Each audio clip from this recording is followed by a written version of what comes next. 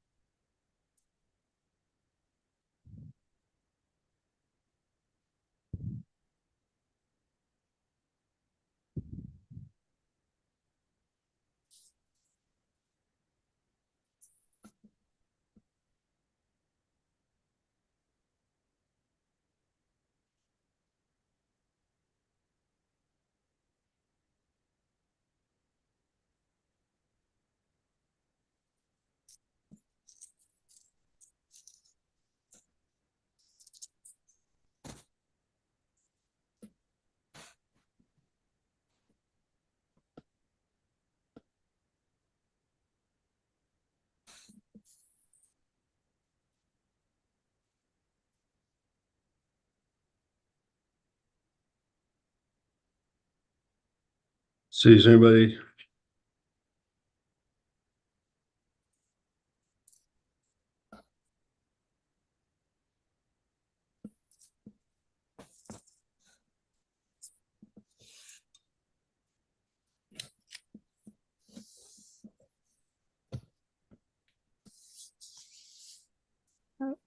I think we can give them just a couple more minutes.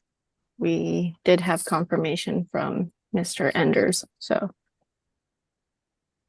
we'll give him a couple more. And I know Commissioner Hill is going to join us as well. Okay. I know. I got it. I spoke with Mr. Enders. He said he was going to be in.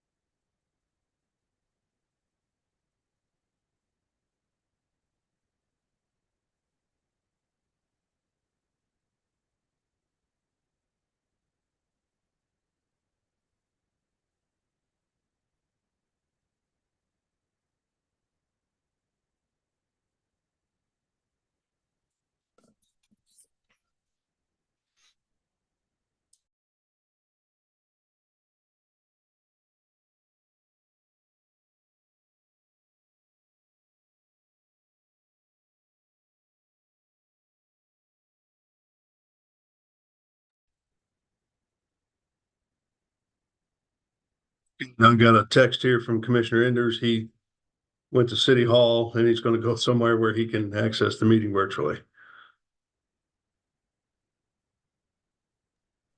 All right.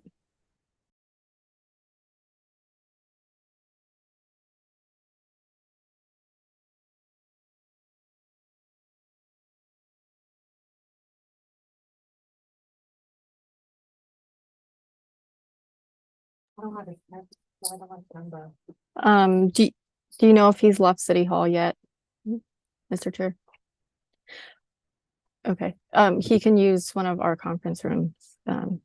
I can see if Paulina can get a hold of him. 1 second.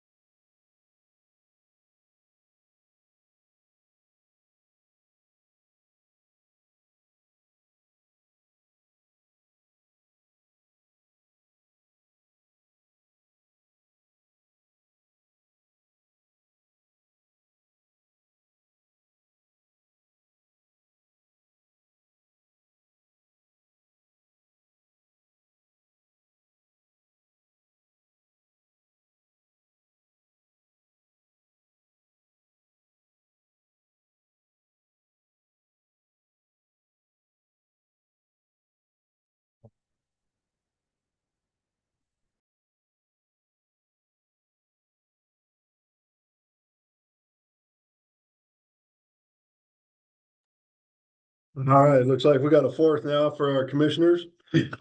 So we can start. Larissa, are you okay to start? And Sarah's there? Yep, I am ready to start. Okay. Let's do it then. All right. Good morning and welcome to the January 23rd, 2024 virtual planning commission meeting. We appreciate you attending today, and the commissioners look forward to hearing your case. We understand every project is important and unique, and we want to make sure we address all of the docketed items individually with the attention they deserve to build consensus between the applicant, public, and city staff. We also believe we can reach consensus by being brief yet heard. Because our meeting is recorded and virtual, we have time limits for the cases we hear, which is 5 minutes for staff presentations and 20 minutes for the applicant, plus any questions by the commissioners. When we move to public comment, please raise your hand using the Zoom feature so staff can coordinate your turn to speak.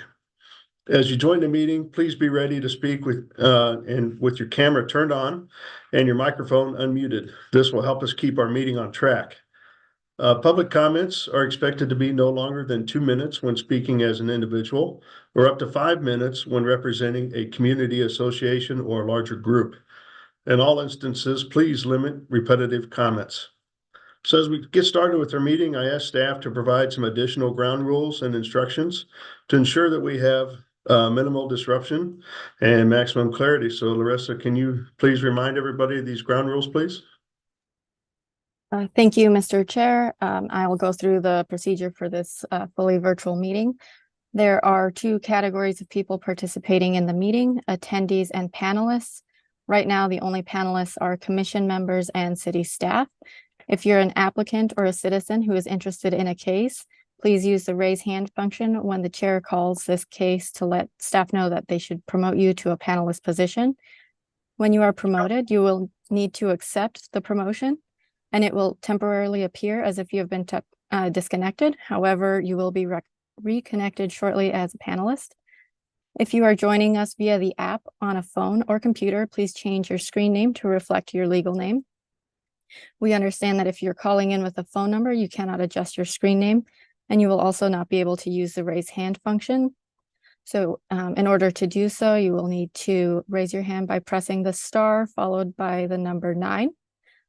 At the time of promotion, the chair would like for you to turn on your camera and microphone if possible, so we can see you and hear you when it is your turn to talk.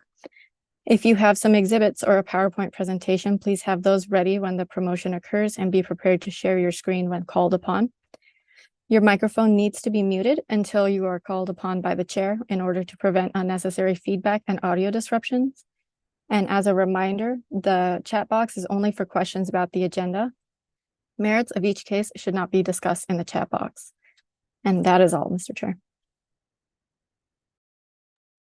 Okay, very good. So let's go ahead and start with our consent items. I want to hold on number C1 and pull that out so we can learn a little bit more about that case. So let's start with C2, 3, C4, and C5. All right, consent item number 2 is case number final plat 2023-00023, a request to approve a final plat in District R-7.5 to allow for the 32 single-family residential lots on about 17 acres generally located at the south corner of North Hawthorne Avenue and Northeast 104th Street, and staff recommends approval with conditions. Consent item 3 is final plat 2023-00030, a request to approve a final plat in District UR on about 20 acres generally located at the northeast corner of Troost Avenue and East Bannister Road within the Blue River Commerce Center development, allowing for the creation of 4 lots and 1 tract. Staff recommends approval with conditions.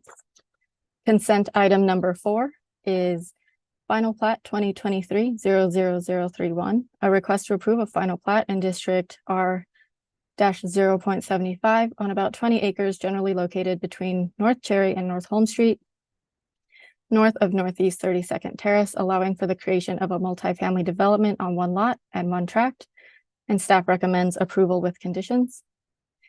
And consent item number 5 is final plat 2023-00035, a request to approve a final plat in Districts UR and M1-5 on about 315 acres generally located at the northeast corner of Northeast Parvin Road and North Arlington Ave, creating one lot and one tract for an industrial development, and staff recommends approval with conditions. And that's the end of the consent item. Hey, thank you. Any questions from the commissioners regarding docket items C2, C3, C4, or C5? Okay, seeing none, let's go ahead and open it up for any public testimony. If there's anybody out there that would like to speak regarding docket items C2 through C5, please raise your hand using the Zoom feature and you will be called upon. Mr. Chair, no one appears with their hand raised. Okay, so we'll go ahead and close public testimony then, and I'll take a motion from the commission, please.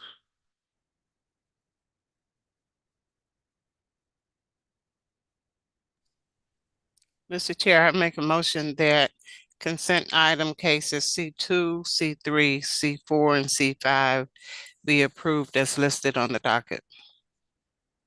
Okay. Second. Okay, so I've got a motion and a second for approval of docket items C2, C3, C4, and C5 stated on the docket. Paulina, can you take roll call on that motion, please? Beasley, Aye. Crow, Aye. Enders. He's not joined us yet. Oh, that's right. I apologize. Hasek, Aye. Hill.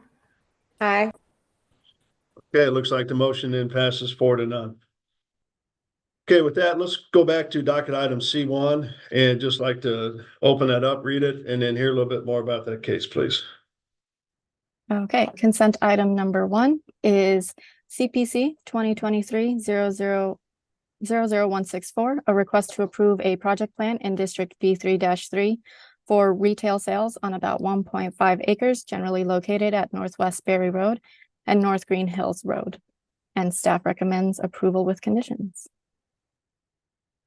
Okay. Good morning, Mr. Clark. Can you just kind of give a quick summary on the project? I just have a couple questions on it.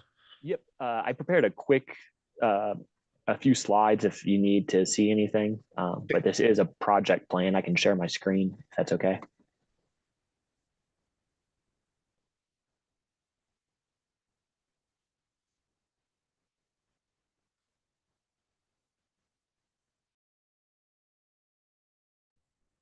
Yes, I will try.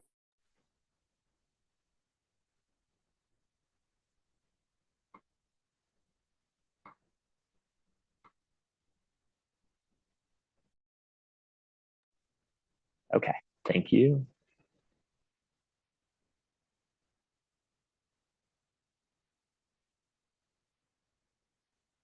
Okay, can you see the PowerPoint? Great. Yep. Yes. Yep. All right. All right. Okay, so this before you was case C1, CPC 2023-164. This is a project plan. The project area is Berry Plaza. It is located at the northwest corner of Berry and Green Hills Road. It is one of the final lots yet to be developed in this development area. As you can see, it's directly next to CVS. The site is on a hill. And staff did seek four-sided architecture from the applicant.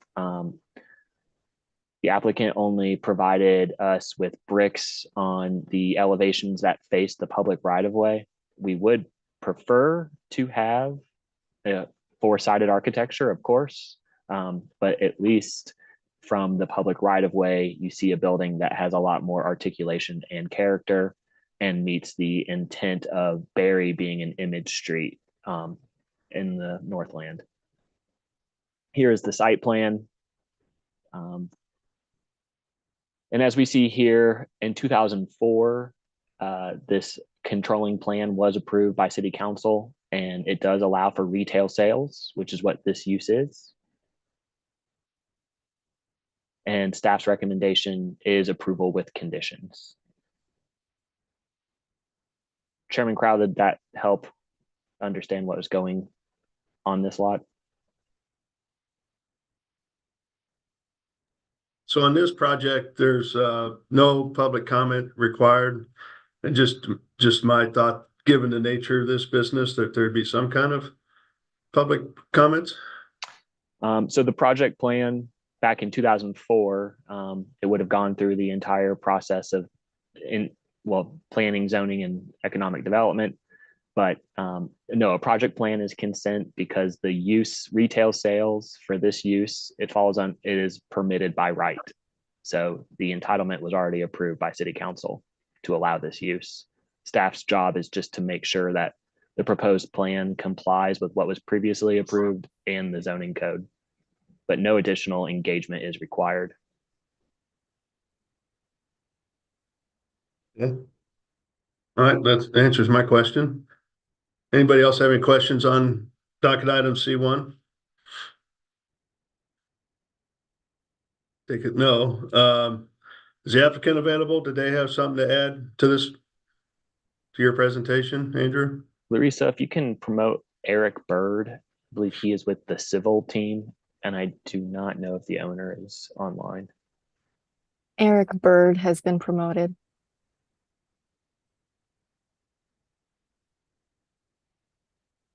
Yeah, I was gonna say this is Eric Bird with BHC, we're civil engineer on the project. I was gonna say, yeah, here to answer any questions if you had any, but I don't think we had anything further to present necessarily. So Okay. All right, sounds good. With that, so did the commission have any questions for the applicant, by the way? I don't have any questions for the applicant, but I think this is more for city staff. I'm just I'm learning the Northland, so I just Google the location, and I'm just trying to find out like what's the architectural trend.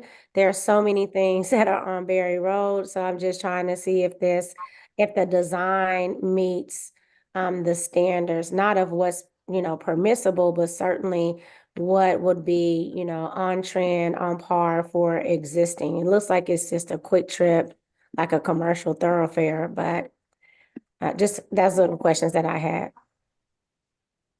So staff always encourages high quality building materials, especially the brick, which the applicant did provide for anything that faces Berry Road. A good example is the Christian Brothers Automotive is all brick, and then the McDonald's that you recently approved last year is all brick. So we're trying to at least have a consistent building material of brick on the corridor, and especially at this intersection.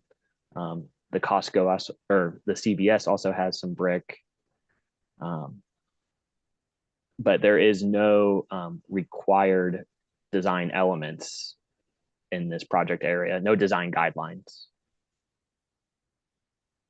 Yeah, this is an unfortunate thing about Berry Road. Commissioner Hill is it's very hodgepodge from the west end to the east end. It's something I've asked to have an overlay, some kind of additional planning be done on this corridor, and I just can't seem to find somebody that's interested in doing that because it needs a sponsor. And until that happens, it's going to continue to be nothing's going to match from west end to east end. So. You're on mute. Sorry, Commissioner. No, thank you for that, because I was trying to figure out why don't we have design guidelines for such a busy thoroughfare as Berry Road. And so just so that I'm this vape time liquor is going to be on the Google Earth. So is it adjacent to McDonald's, or I see it's like McDonald's on one corner? It's looks on like the northwest corner. So northwest it's corner the right lot. here. It's the Okay. lot directly next to CVS. Okay, I got you. Okay, thank you. Back up to the residential homes there to the west. Yeah, and that says vape and liquor sales, so they will be looking for a liquor license, right? Is that correct? They would still have to go through regulated industries. That's correct. Okay. Yeah, it's just, are they selling cannabis and everything else there too? Or just vape and liquor? Just Or vape not? and liquor that we're aware of. I mean, it would all be retail sales. That's the definition. of the use. All right. Any other questions for the applicant? So I want to go to public comment. Seeing none, let's open it up for any public comments. So if there's anybody out there that would like to speak regarding docket item C1, please raise your hand using the Zoom feature and you will be called upon. Mr. Chair, no one has their hand raised for public comment. Okay, thank you. So we'll go ahead and close public comment and anything else to add, applicant, on this? Nope, I don't think so on our half. Okay, thanks. So as a closed testimony, it just, for me, I'm not in favor of this project. I just think there should have been some, given the nature of it, I think there should have been some kind of public comment, whether it's by right or not. I just wish the neighbors or neighborhoods would have an opportunity to at least know about it before it actually gets built. That's my opinion. So with that, there's no other comment. I'll take a motion from the commission then. No, I guess, I mean, it's already been answered for me on why there wasn't any public engagement, but when I look at the Google Earth, I see multifamily housing like maybe less than a mile. So it just seems that when you're building in, even on a commercial thoroughfare where there's mixed use or residential, that there will be some type of engagement from the neighborhood. But I support Commissioner Crowell. It'll be a no for me.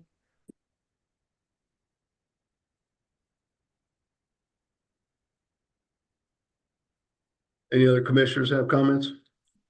Just wanted to confirm with you, Andrew, you said the right-of-way side does have the brick, so the side facing the neighbors is what material? What's that gonna look like?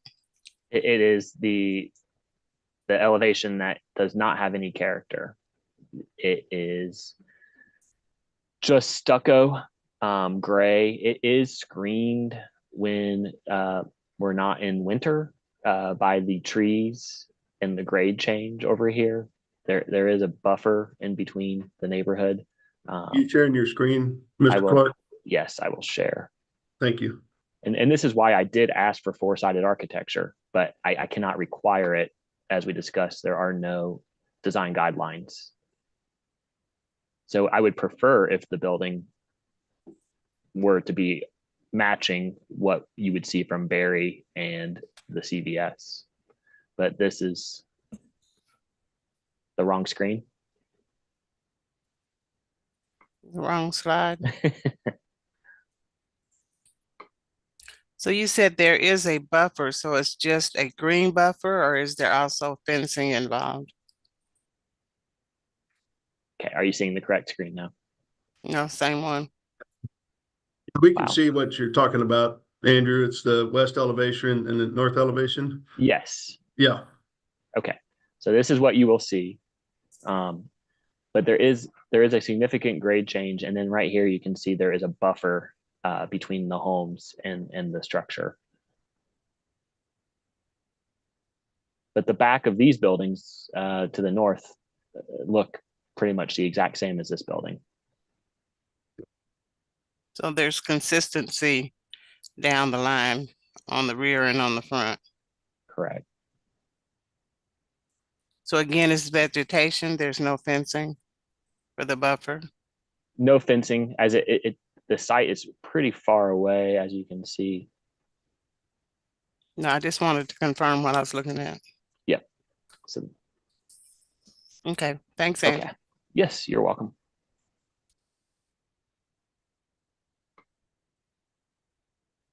Other comments from the commissioners? Not a whole lot that haven't already been mentioned. I'll just kind of throw in mine. I typically, I'm not one to say that every face of the building needs to have premium materials, but I do think the case is that because it's so close to the residential neighborhood, and that, given several months out of the years that most of the faces will be visible, I think there's a pretty strong case for that in this specific case. And that partly is just due to the nature of these more suburban projects, that they are visible on all four sides in a lot of cases. So I think it would have been nice to see that level of care, at least added to the third side with the neighborhood, if not all of the sides. I also agree that I think that it would have been good to have neighborhood input, just given the nature of this project and its direct proximity to the neighborhood. So I will be voting in favor with or against with our two other commissioners.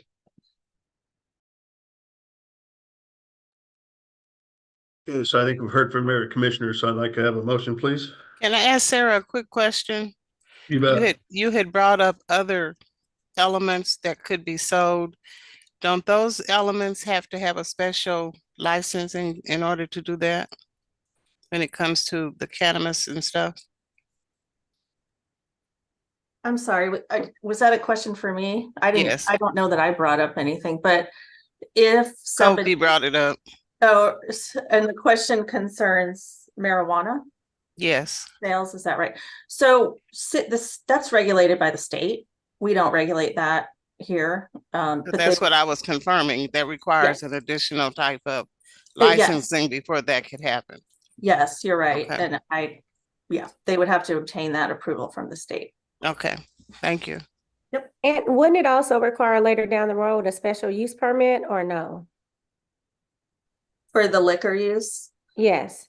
I don't know that it would require an SUP at this location, but they would have to receive approval from regulated industries. So they would have to get a license there. And Andrew, am I incorrect? They don't need a special use permit, do they? That's correct. This use is the same thing. It's the same category as a grocery store. Right. Okay. Thank you. Yeah. And Sarah, can you explain to the commission what happens if the next step for this project with the a nay vote on this? Well, I mean, this is a project plan, so it does not go on to the city council, but the applicant could appeal a denial to the BZA. Thank you.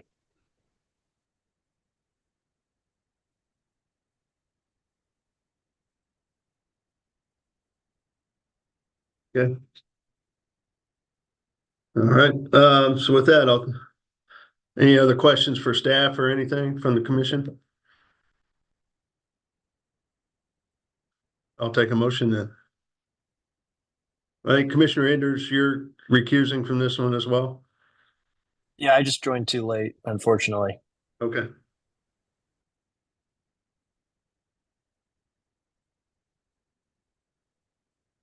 So let me just make sure I'm making this motion correctly, because I would move Chair Crowd for consent docket item C1 to be, is that denied?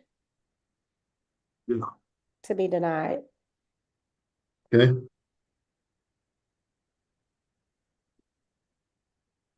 Need a second. Second. All right, I have a motion and a second for docket item C1 to be denied. Paulina, can you take roll call on that motion, please? Beasley, No. Crow, Aye. Hasek, Denied. Hill, Not denied. So I just want to confirm, so the motion was for denial of docket item C1, and I voted in favor for that. Commissioner Hill voted in favor, Commissioner Hasek voted in favor, and Commissioner Beasley, you voted a no on that one, correct?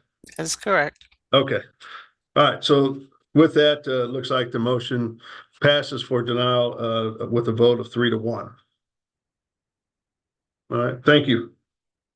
All right, with that, let's move on to our regular agenda items, please, beginning with those that are looking to be continued to a different date, which I think we only have one.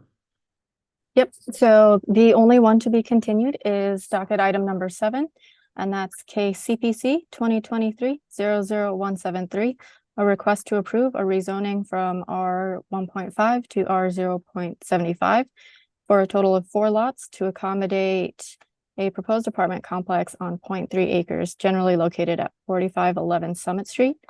And staff recommends continuance without fee to February 6th, 2024. All right. Any questions from the commission regarding continuance of docket item 7? Okay, this time we'll go ahead and open it up for any public testimony. If there's anybody out there that would like to speak about the continuance of docket item 7, please raise your hand using the Zoom feature and you will be called upon. Mr. Chair, no one has raised their hand for public testimony.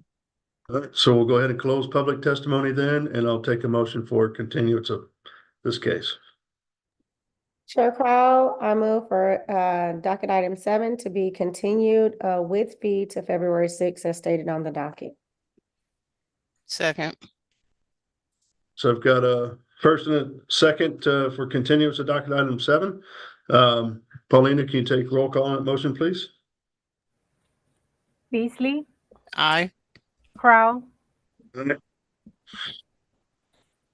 Enders, Aye. Hasek, Aye. Hill. Aye.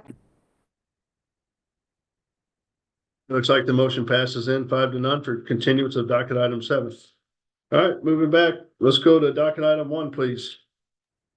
Docket item number 1 is case number CPC 2023-00181, a request to approve an amendment to an approved development plan and preliminary plat in District R 7.5 for the purpose of deleting said plan on about 25 acres generally located on the east side of Northeast Ranking Road, approximately half a mile south of Northeast Cookingham Drive.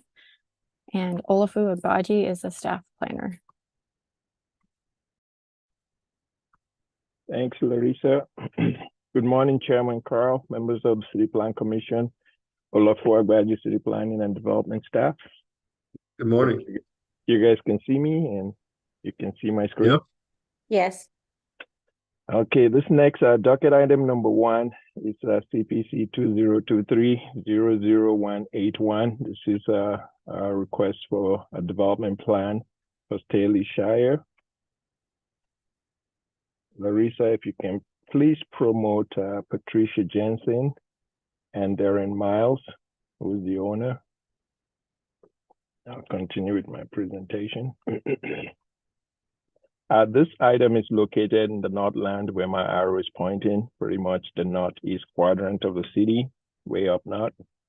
Again, here's a closer shot. It's technically on the east side of 435 and then between Cookingham 291 highway and northeast 108, between that north and south.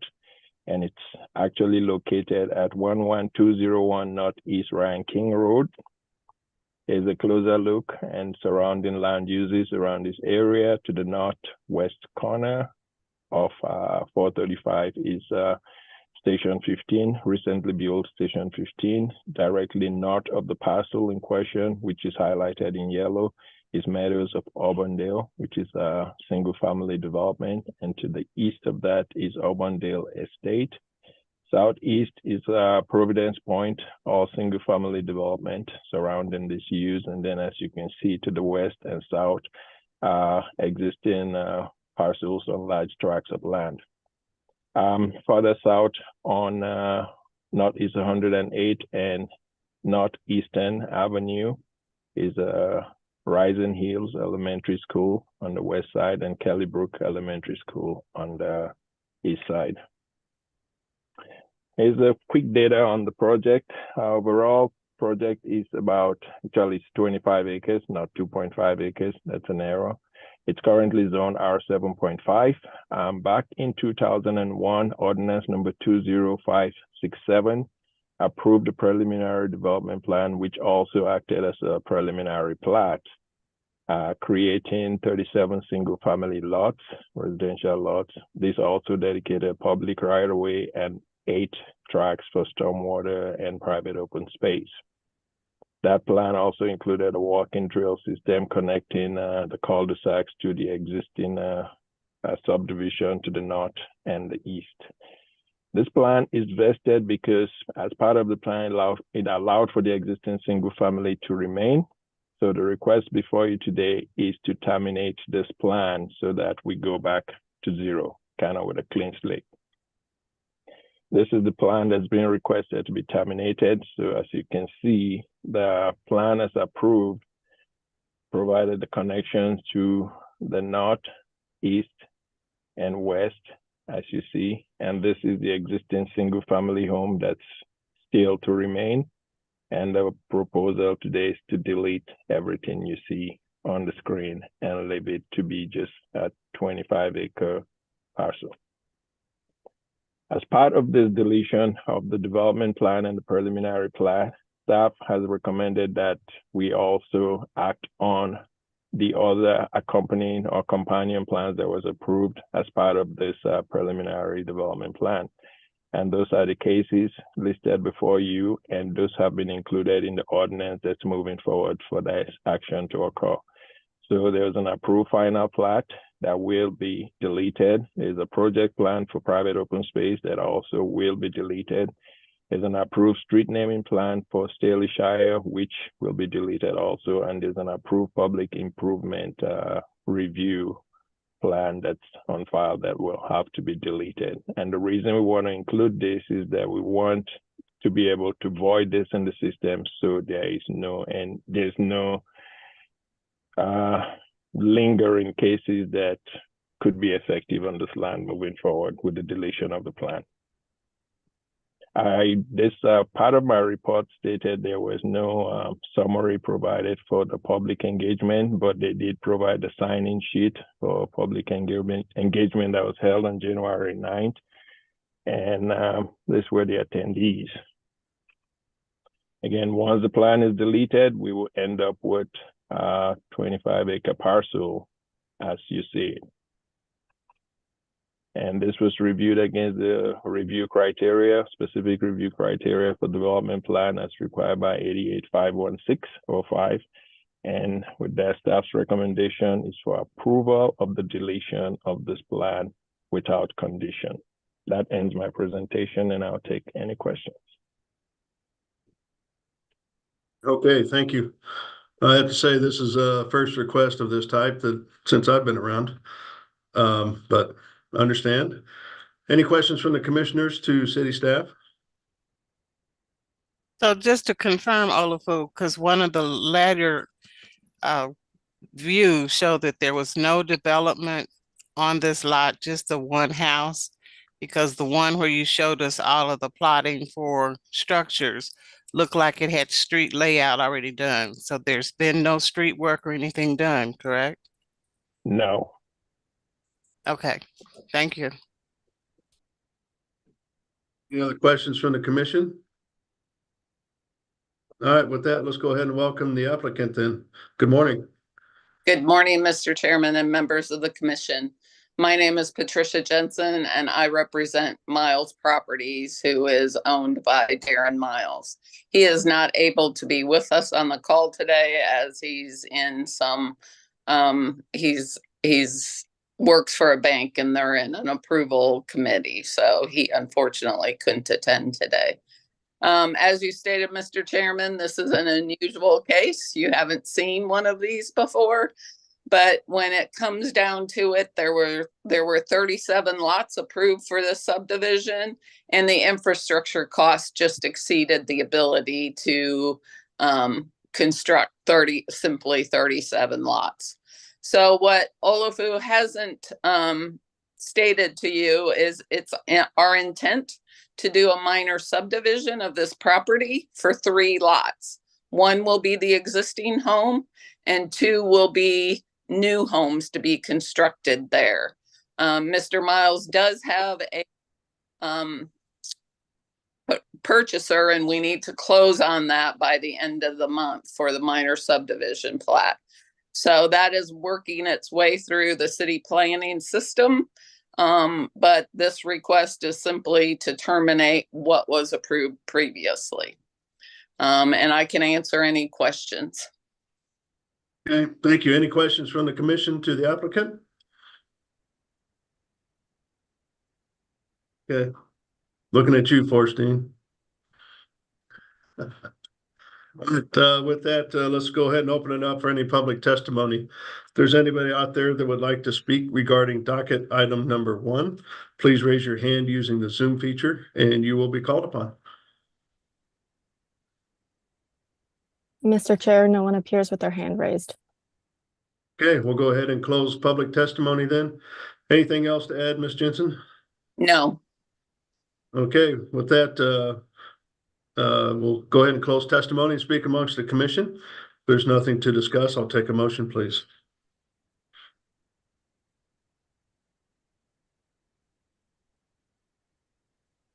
Chair Mr. Crowell, I move to approve docket item number 1 without conditions.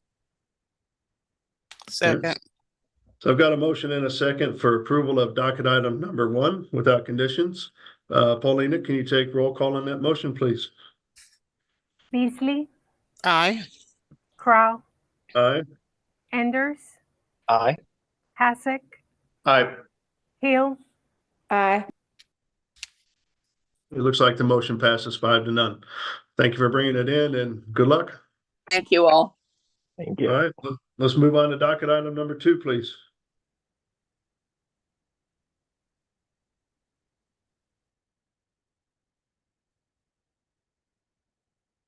Sorry, yeah, I'm unmuted now.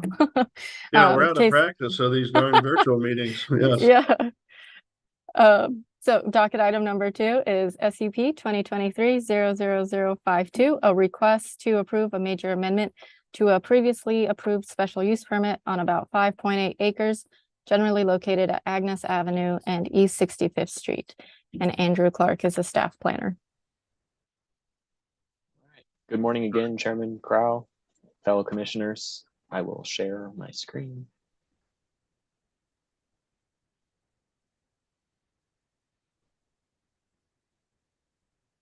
Okay.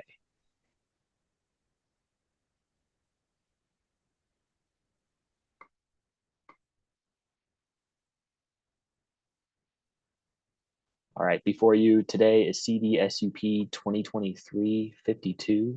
This is a special use permit. It's for the expansion of institutional use, Hogan Prep Elementary School at 6409 Agnes Avenue. This site is located in the southeast quadrant of the city. And as you can see here, it is right in the heart of a residential district. It used to be the Pinkerton School for KCPS, then Hogan Prep acquired it. The project is taking place on the southern perimeter of the site. As you can see here on the left side of your screen, Hogan did receive PIAC funding to construct a bus drop-off lane, which will make... I'm sorry. Can you advance your slide? There you go. Did we catch up? No. Nope. Okay. If you can put it in present mode, we're still seeing the slide order. Okay. Thank you. Can you see this? Yeah, Yes. now we see the 2 slides.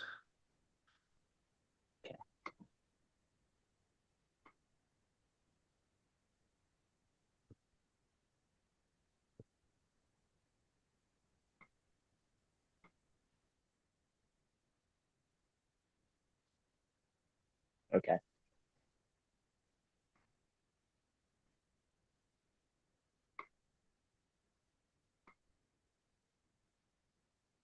Sorry.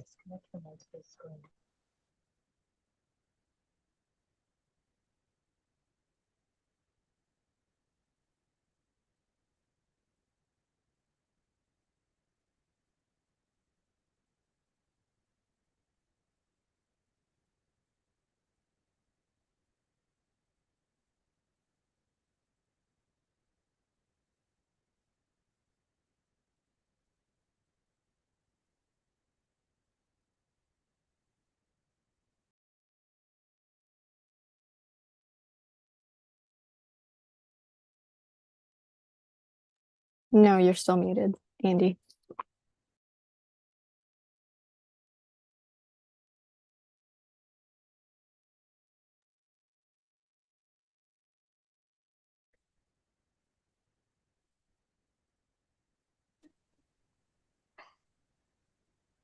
Okay. Can you hear me now? Yeah, we can hear you, but no presentation. And then click which one? Just escape out of that. Click the little book, the one to the left. Yeah, click that. Okay. I think everybody's really rusty on these Yeah. virtual meetings. And I got a new computer yesterday, so That explains it. we're really cooking here. All right. Back to the presentation. So this is a special use permit for Hogan Preparatory. They did receive funding for a PIAC grant to allow for the construction of a bus drop-off lane. It was an expansion of 2,000 or more square feet, which triggered the major amendment, as well as staff's concern that public engagement should be enforced with the increased traffic with the residential homes that face right here, on top of the emissions from the buses. And as you can see here, this is the proposed bus drop-off lane. The applicant does meet the landscaping requirements of the zoning and development code, which are in full force and effect. But because this is a PIAC project, the review that the land development division typically does, they are exempt from this because Public Works will be doing all of the reviews internally. So the applicant is requesting that conditions 5, 6, and 7, which relate to sidewalks, stormwater, and streetlights, are removed because these will be reviewed internally by Public Works, not City Planning and Development. So staff is in support of removing those 3 conditions. And staff's recommendation is approval with conditions, again with the removal of conditions 5, 6, and 7. And that concludes this long presentation. Good, thank you. All right, any questions from the commission regarding docket item number 2? So instead of removing those, can we just say that they're being reviewed by Public Works? The applicant has requested that they be removed. It would make them more comfortable, but you can make any motion you would like. This will go to the Board of Zoning Adjustment next. Well, I was just thinking for explanation wise, someone else come along and see that instead of having to go back and research why, you could just have a statement right there with it that it's being handled by Public Works internally. I don't have an objection to it. I'm just thinking of how to keep your trail cleaner. Exactly. I completely agree with you. We could add a condition that the standard land development division review is exempt because this is a PIAC project and internally reviewed by Public Works, just so it's on paper. I completely agree with you, Commissioner Beasley. Just have that in your staff report or add it before it goes to BZA. I will add that to the BZA staff report, and then the future planner will know what is going on here. Thank you. That work, Commissioner Beasley? Yes, thank you. Okay. Any other questions from the commission to city staff? All right, seeing none, let's welcome the applicant then. Are they available? I have promoted Chad. Chad, you'll need to accept the promotion.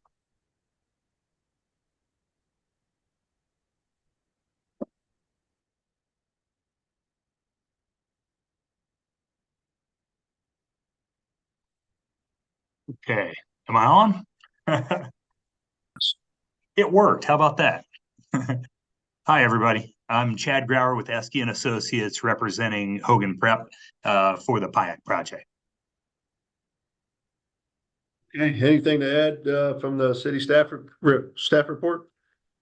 I have gotten up to speed to make sure I'm understanding all the conditions and appreciate that with items 5 through 7. Those were the only ones that were in debate. So anyway, in the the process that you've laid out makes a lot of sense for those, so that there's the trail. So if it gets questioned later, everybody can follow how we got from point A to point B. So I think we're good. Okay. Any questions from the commission to the applicant? All right, seeing none, let's go ahead and open it up for any public testimony. If there's anybody out there that would like to speak regarding docket item number 2, please raise your hand using the Zoom feature and you will be called upon. Mr. Chair, no one appears with their hand raised. All right, we'll go ahead and close public testimony then. Anything else to add, Chad?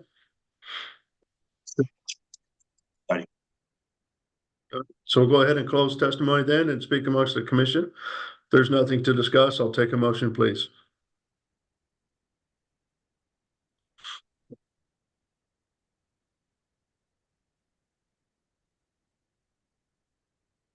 Mr. Chair, I make a motion that case number 2, CDSUP 2023-0052 be approved with the addition of statement showing where the 3 conditions would be handled by Public Works internally be approved. Okay. As updated. And then deleting conditions 5, 6, and 7 from the report. Whichever way Andy said he was handling it. I don't know if he was deleting them and adding the statement or leaving them in and adding the statement. Yeah, he's got to add the statement to the actual staff report text and then delete conditions 5, 6, and 7. Okay, so that's what I motion. That sounds perfect to me. Second. Okay, very good. Okay, so I've got a motion and a second for approval of docket item number 2, adding language about the approval process will be through Public Works Department, and then removing conditions 5, 6, and 7. That's even better, Kobe. Paulina, can you take a roll call on that motion, please? That's what I know what you said. I was just paraphrasing. Okay, you did good. Thank you. Okay, Beasley, Aye. Crow, Aye. Anders, Aye. Hasek, Aye. Hill, Aye. And it looks like the motion passes 5-0. Thanks for bringing it in and good luck as you move forward. All right, let's move on to docket item number 3, please. Docket item number 3 is case number CPC 2023-00177, a request to rezone 6.94 acres from R5 to R-80, generally located at 4000 Northwest 80th Street, and Andrew Clark is the staff planner. All right. Chairman Crowell, this is my final case in front of you and the commissioners this morning. Docket number 3, CPC 2023-177. I will share my screen. This application is a rezoning without plan at 4000 Northwest 80th Street. As you can see here, the site is located in the northwest quadrant of the city. It is just south of Berry Road and directly east of Green Hills Road. The site does sit on a very rough topography. There is also a regulated stream that runs in the applicant's backyard. And I will go back to looking at the surrounding zoning. There is R80 within the immediate area.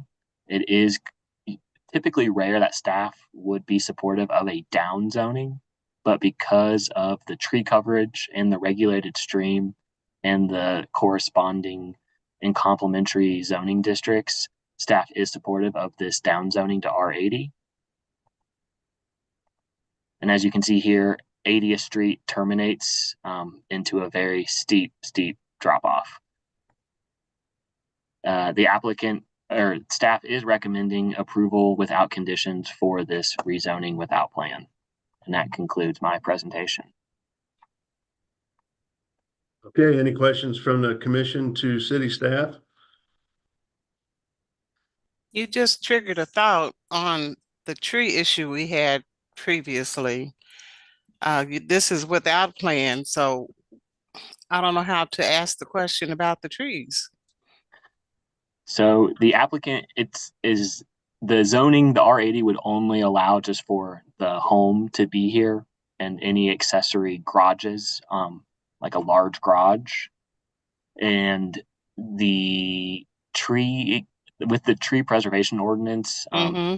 a single family home does not trigger the requirements of the tree ordinance. It's Okay. more of a larger development that would trigger that. Okay, thank you. That's what I was trying to figure out. Great. Thank you. Good question.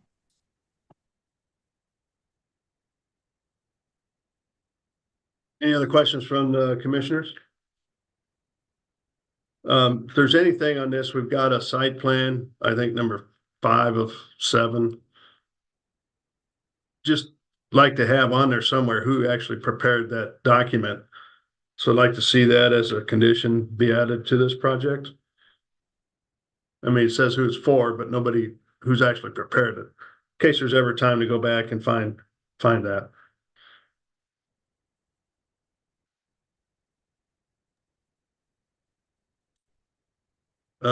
Okay, if there's no other questions, then let's open it up for the applicant, if the applicant's available. I have promoted Justin B. Justin, you will need to accept the promotion.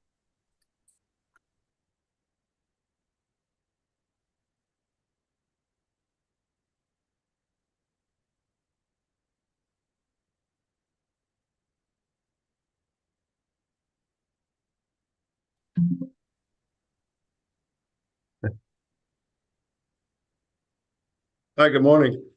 Good morning. Can everybody hear me? Yeah, can you state your name and address for the record? Yes, my name is Justin Burton. Address is 4000 Northwest 80th Street, Kansas City, Missouri 64151. Okay. And thanks, everybody. Again, my only intent is to preserve more of my surrounding and more of my property. And as Andrew had stated, the surrounding properties are also zoned R80. I don't have any intentions of developing the property. Additionally, a floodplain map would be a good representation to show that 90% of my proper, 80% of my property is covered by the floodplain. So it is a very steep parcel of land as well. And also available for any questions. I don't have any questions. Any commissioners have any questions for the applicant? Okay. So at this time, let's open it up for public testimony. If there's anybody out there that would like to speak regarding docket item 3, please raise your hand using the Zoom feature and you will be called upon. Mr. Chair, no one appears with their hand raised. Okay, thank you. Justin, how you faring with the road work that's going on in Green Hills there? Don't even get me started. No, I can imagine. It's 2 years, is what I've been told in the makings. It's very frustrating, especially right now, because they started it right before winter and knowing that they were not going to be doing anything all through winter. So it would have been nice if they would started in the spring. So I totally understand. Yeah, yep. I can't wait till it's done though. That's for sure. Yes, you and me both. Yep. Okay. With that, let's close public testimony and to speak amongst the commission. If there's nothing to discuss, I'll take a motion, please. Chair Crowell, I move to approve docket item number 3 without conditions. Hold on. I just want to add the condition that we get somebody's name that actually prepared that site plan and survey on there, who actually prepared that document. You want it conditioned? Yeah, just so before it's final, it's just added on there. That's all. Yep. Okay. Move to approve docket item number 3, adding condition that the person who prepared the site plan is listed on the front. Okay. Second. I've got a motion and a second for approval of docket item number 3 with the one condition added for the preparer of the site plan to be named on the front of that sheet. Paulina, can you take motion or roll call on that motion, please? Beasley, Aye. Crowell, Anders, Aye. Hasek, Aye. Hill, Aye. Looks like the motion passes 5-0. Thanks for bringing it in. Yep. Thank you. Good luck. Thank you. Yep. All right, with that, let's move on to docket item number 4, please. Docket item number 4 is case number CPC 2023-00174, a request to approve a major amendment to a previously approved master plan development, which also serves as a preliminary plat for a data center campus on about 500 acres located at the northeast corner of I-435 and Highway 169, and Genevieve Khan is the staff planner. Good morning, commissioners. One moment while I share my screen. Did you get a new computer too? No, but I'm next in line. Okay.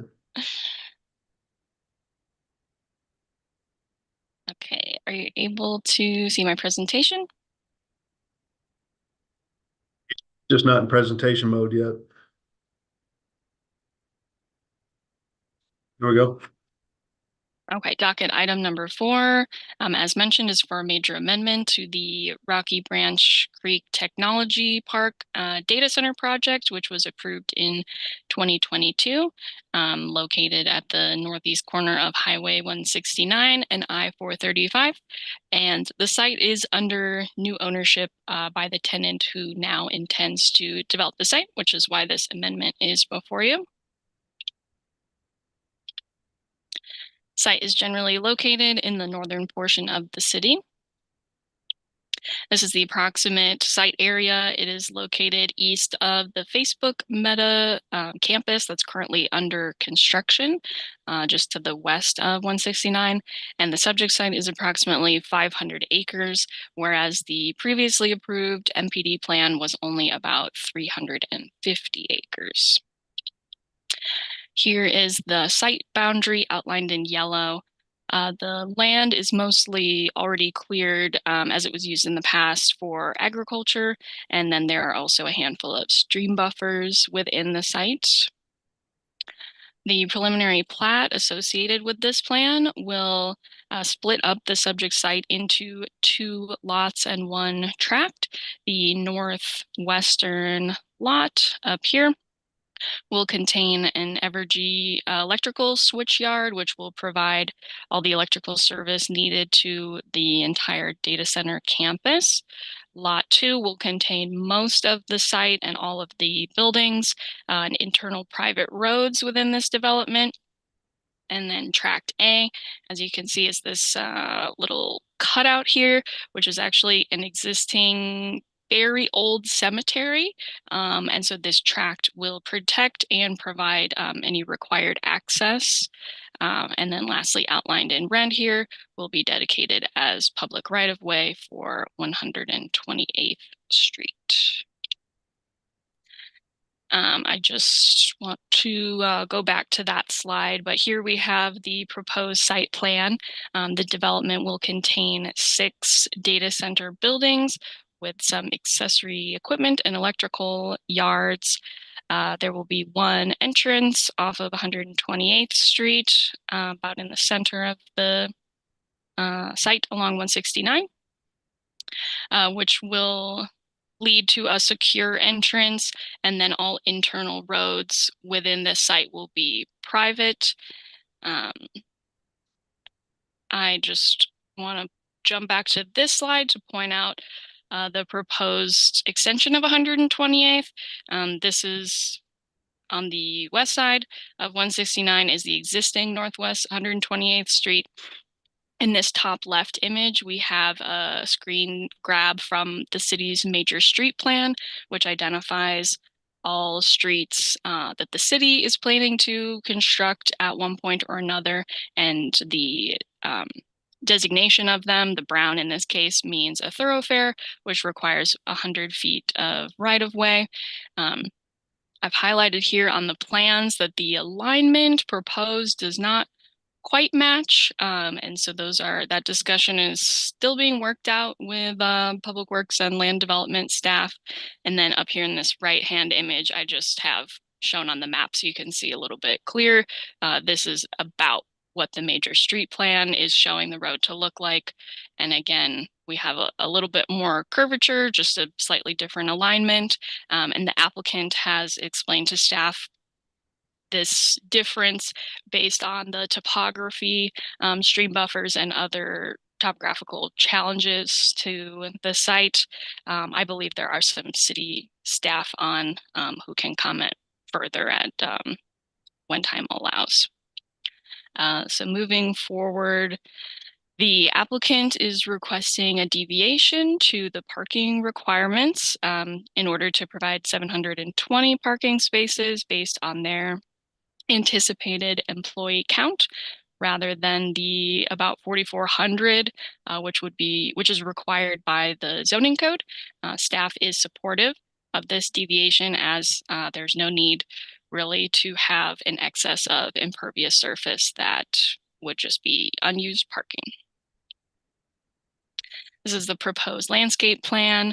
As discussed in more detail in the staff report, the applicant is amending this MPD again on the eligibility criteria of enhancing natural resource areas.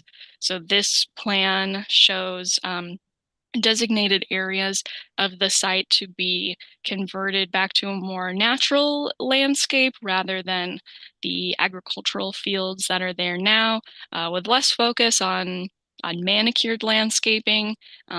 More of that will be reviewed at the time of MPD final plan directly around each building, but this is a more conceptual plan for the overall site for that resource protection.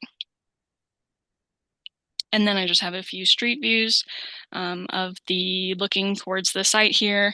We're looking on from 169 and up a ways. This is an existing sort of access. It only goes to about this fence line, which aligns with the current 128th Street. And as you saw in the plans, that entrance is proposed to be relocated to the south a bit. And then this is the view of the southern portion of the site from I-435. There's a bit of a tree buffer, so there's not much to see. And then this is up at the northwest corner of the site where that Evergy switch yard is proposed to go. And there is a bit of an access here existing.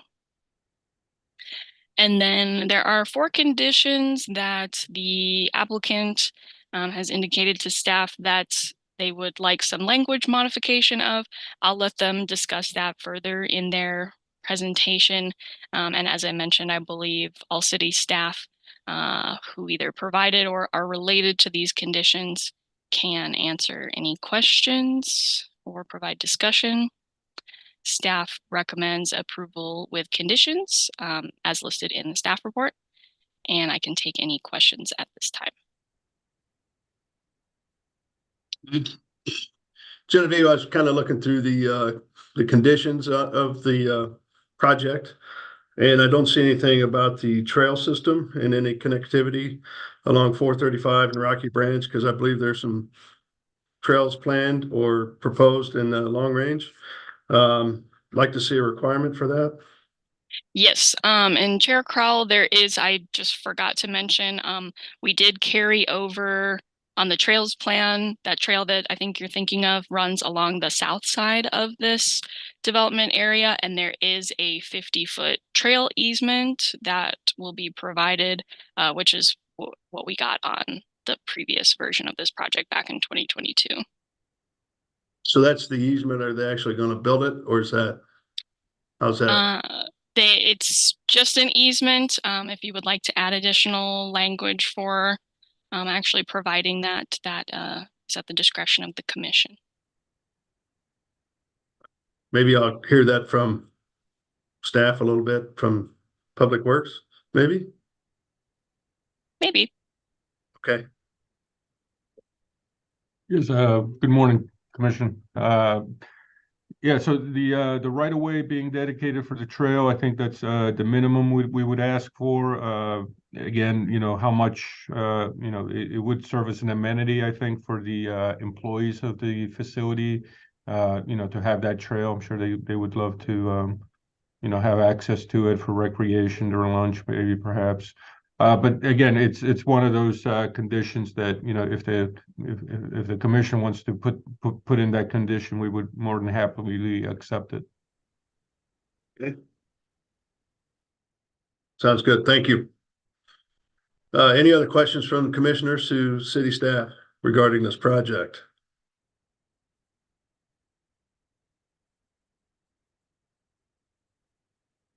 All right, seeing none, I have Oh. a curiosity question. I knew I needed a way. Did I see phone towers on that one street you were showing us, Genevieve? Where you were saying the entrance would be moved further south and you were pointing to existing one. It looked like it was 3 towers. Are those phone towers?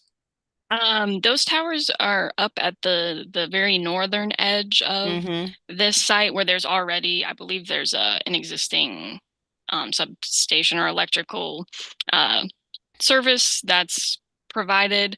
I believe the applicant could probably respond to that better, but those are north of the site and not within the I know, area. but are they phone towers? Oh, I'm not sure. Okay, thank you.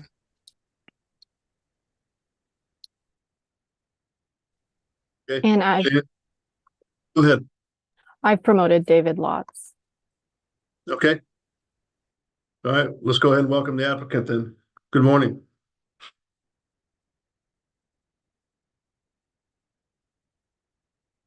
Yeah, David, as you take yourself off mute and turn your camera on, mind stating your name and address for the record?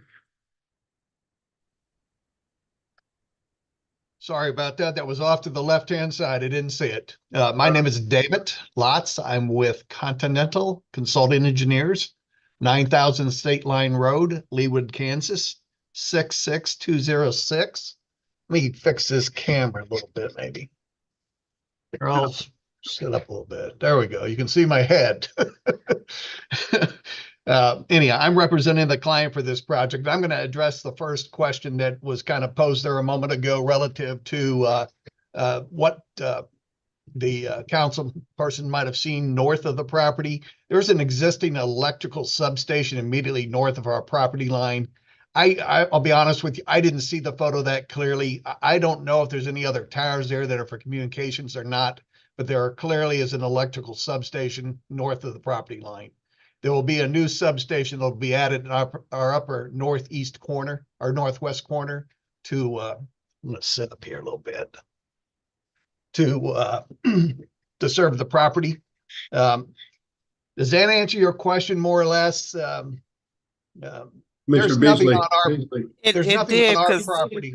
Yeah. It did, because I was kind of wondering if it's a data center with other electrical stuff going in, how that might affect those towers if they were indeed phone cell towers. Just a curiosity question. I don't know that it really does, but that was just a thought that hit me. The property to the north of us is entirely owned by Evergy, if you will. The substation that we're building in the upper northwest corner will be owned by Evergy. So if anything happens there, they would be affecting themselves. So I'm pretty sure and pretty confident they know what they're doing. With that being said, I'm going to go ahead and state, generally speaking, as Genevieve had allotted to, we're in agreement with all the staff conditions. We did have some suggested language changes to 4 of those staff conditions, and I did want to go over that. Item number 7, we simply asked if we could get the words visible from public right-of-way shall be screened. That has to do with screening of the mechanical and electrical equipment, where we understand that we've got to screen it. We would just like to, again, have those words added, visible from public right-of-way shall be screened. And I don't know whether staff supports that or not. I guess, Genevieve, that was one of your comments, and maybe you can address that or not at this point, or shall I go through all the comments first, then we jump back in here? I'll let Chair Crowell decide what is easiest for the commission. Let's go through them first, and then we'll come back and hit each one. Okay, very good. Very good. Okay. The next item, we had some modifications, or not really modifications so much. We did want to address the language that was there. There was a comment made about being level of service F that we would experience with the proposed improvements. That's somehow incorrect. Let me say this, we've already submitted the traffic study to MoDOT. We've gotten conditions of approval from MoDOT. The level of service this project will experience is level of service D, and that's for the weave that as you're coming from 435 westbound and heading northbound on 169, that's level of service D at full build out when all 6 data centers are open and operational. There will be a short period when the data centers are under construction that there will be a level of service E. Again, MoDOT has reviewed the traffic study. They've made recommendations as far as what kind of improvements are necessary. And it'll be level of service D after we're open, level of service E for a period of time during construction. We've got all these construction vehicles out here building the project. They've made recommendations. We're fully in support of the recommendations they made. We have worked out the existing location of 128th Street with MoDOT. One of the reasons we located it where it was for sight lines and for weave movements. The weave not only coming off of 435 heading northbound to 169, but the weave actually, as you go north and you need to make a U-turn and head back to the south, it makes the U-turn or J-hook work better, if you will. That J-hook will be located north of 132nd Street. And again, we've gone through this scenario with MoDOT, and we haven't had an opportunity to visit with Nick yet, and certainly want to do that because I know he does have some comments. And taking a look at the northbound and southbound movements on US 169, where existing 128th Street is located, if you were to attempt to connect 128th Street through, you'd have up to close to 20% grade between the northbound and southbound lanes of US 169 where 128th Street is located. So that's one of the reasons why we've moved the entrance south. But again, we open up the opportunity to talk with the city engineer and work through that scenario with him, if you will. That's item number 9. Item number 13 has to do with oops, I apologize. Item number 13, we'd like to add the language to the extent required by the Public Works Department unless otherwise waived and prior to request for ordinance. So it kind of ties to item number 5, and we're simply wanting to work out the alignment of 128th Street with the city and make sure that we get that figured out. We have some latitude, but again, we've got a traffic study that supports where we've got it placed, and would just like to work through those details. And item number 15 actually has to do with extending a sanitary sewer to the Evergy switchyard. And can I share my screen here? Let's see here. Should be able to.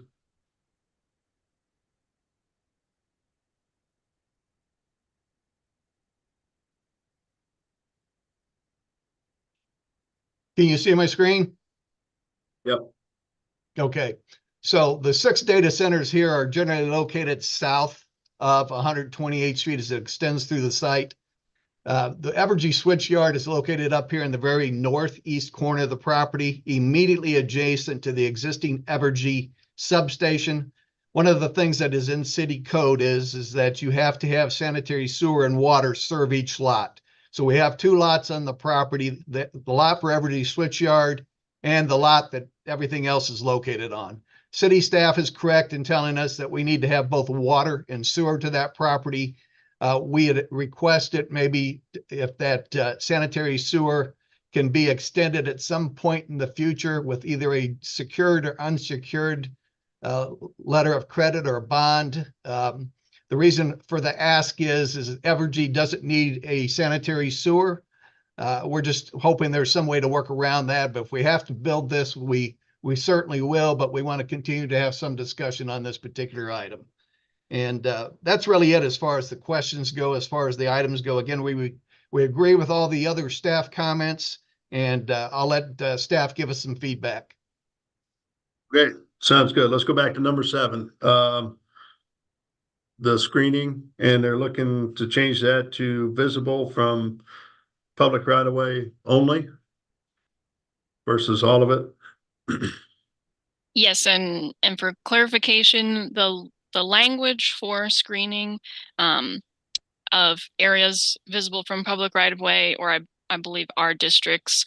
That language is all contained in those sections listed in the condition, but for clarity, I don't see any problem in adding the language directly to this condition. Okay. All right, so moving now, any questions from the commission on that item? Okay with that? All right, moving on down to number 9, the traffic impact study. So right now it says with mitigated build out, it'll have a level of service F, but they're saying it'll have actually a D, except for portions of time it's under construction. So just trying to understand that.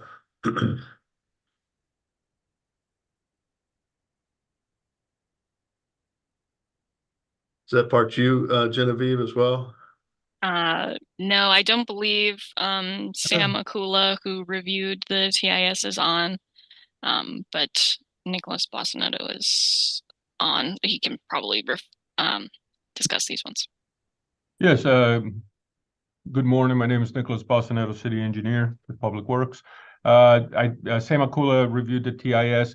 So US 169 is under MoDOT jurisdiction, and therefore they're the ones that are going to review it. It impacts their facility, so they're the ones that are going to review it. Also, to build this, this access, they're going to have to get permits from MoDOT for a break-in access onto 169. Typically, that does cost. It's a significant cost to the applicant, unless the roadway is a public street, and therefore, if it is a public street, if it's going to be a public street, MoDOT will waive those fees, but they'll review everything. So it's really up to them. They have very good traffic engineers. So just the request from the applicant is okay, kind of what you're saying then? For number 9, yeah, yeah, I think yeah, I think that's a with the level of service D or F, that's up to Sam. Really, he reviewed it, but the other language I think is fine, and I think, like I said, MoDOT will be the ones reviewing it. Mr. Lott, you had a comment about this? I did. I wanted to reiterate, MoDOT has reviewed the traffic study. They have provided us comments on the traffic study. They're fine with the levels of service that we're showing. D during full build out, E during a period of construction. They do have some recommendations as far as lane improvements that will accomplish as part of the public road improvements associated with the project. But we have got those comments back, and we're prepared to build what MoDOT's asking us to build. Okay, so basically what you're looking for on 9 is just to remove the last sentence. Well, what I'm looking for is just to make sure it's level of service D, and there really is no real impact to 435. The impact's to 169, and it has been approved by MoDOT. I don't know exactly how you phrase that, but maybe just simply say level of service D for now and leave it at that. I'll leave it up to you, Genevieve. And Chair Crowell, at this point, based on the discussion, and that the TIS has been reviewed by MoDOT, I'm not sure that this condition is actually requiring anything at this point in time, since we've worked out the level of service miscommunication here. So if Nick agrees, I believe we might be able to just remove this condition. It's not requiring anything of the applicant that they haven't already done. Genevieve, I think the condition, the TIS needs to be submitted to MoDOT for review and comment, since the impact is under MoDOT jurisdiction. That sentence is okay. And then I would just say, break-in access permit, will be through MoDOT. I think the condition is that they have to get the break-in access from MoDOT. Yeah. So they have to fulfill whatever MoDOT conditions they have to in order to obtain the break-in access. Okay, and then looking at condition number 4, which is more of just a blanket condition, the developer shall comply with all MoDOT requirements prior to receiving any building permits. Would that suffice for what you're saying for number 9 then? Yeah. Okay. Yeah, I think so. Okay. All right, number 13. Dedicate right of way and provide easements for future 128th Street. As required by the. Go Yes, ahead. sir. So with this one, again, the major street plan, staff has no authority to waiver from it. So we have to, we have to go with what's on the major street plan. And the major street plan does show 108th Street continuing straight across 169.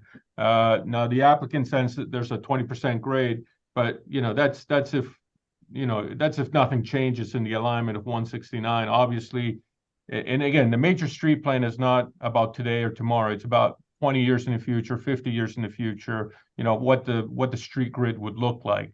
So will there ever be a project in the future to realign, and the grades? Yes, it could very well happen.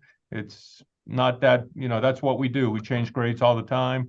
So, and it is on the major street plan. So we recommend following the major street plan and having the access straight across. And dedicating the 100 feet right away. Typically, I think we would even make the applicant build, since they own the property on both sides. Wouldn't they typically have to build the whole street, really? But I think here all we're asking is for the right of way to be dedicated, and yeah, on the correct alignment. Okay. So that's our recommendation. That's all the way across the property. Is that correct? Yeah, it goes, so the property has sort of, it goes, the second lot, it goes all the way across, and then it just goes on the northern section of the last part of the lot. So there would be 50 feet dedication. Mr. Chairman, my name is James McClure. I'm an attorney with Postinelli also here representing the applicant on this. Just to give a little more color to this, the suggested wording changes is to bring number 13 into compliance with what's required under number 5, which allows the applicant to either build the roadway and dedicate it in accordance with the major street plan, or is maybe alternatively agreed with Public Works. So we just want those two languages to be able to meet up so we can work with Public Works under 5 and have it also work for number 13. If we're able to reach an agreement with Public Works.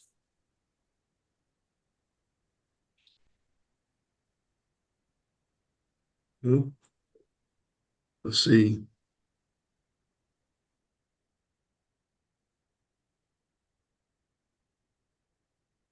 So what are you suggesting then, number 15 read? So it is. So number 13 would, at the end of the 150-foot right of way, would then go, comma, to the extent required by Public Works, unless otherwise waived prior to the request for an ordinance. So being that we would need to work with Public Works if we're going to do something other than the major street plan in order to satisfy this condition.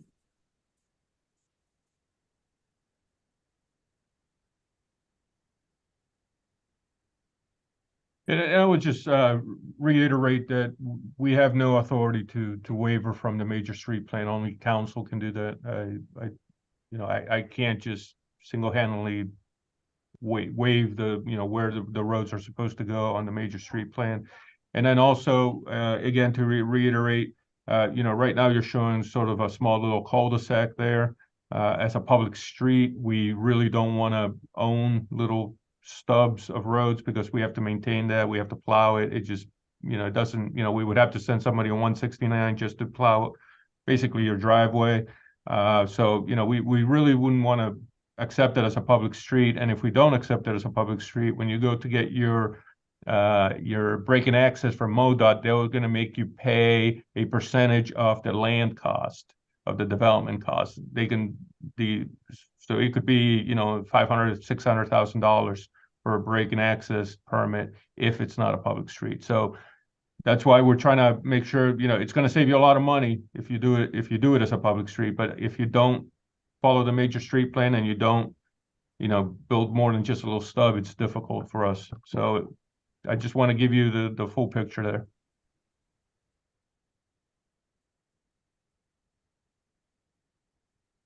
Okay. So it sounds like to me that there's probably a little more discussion or thought that should be had between the applicant, the Public Works on that one. Just to have that understanding. And maybe if there is a waiver on that to move that, like you said, he can't do that from the staff level. It has to be requested through the council. Chair Crowell, I believe that would yeah. have to be an application for amendment to the major street plan, which is usually a separate process that usually goes at the same time as this, but was not discussed early enough to get that going, I don't believe.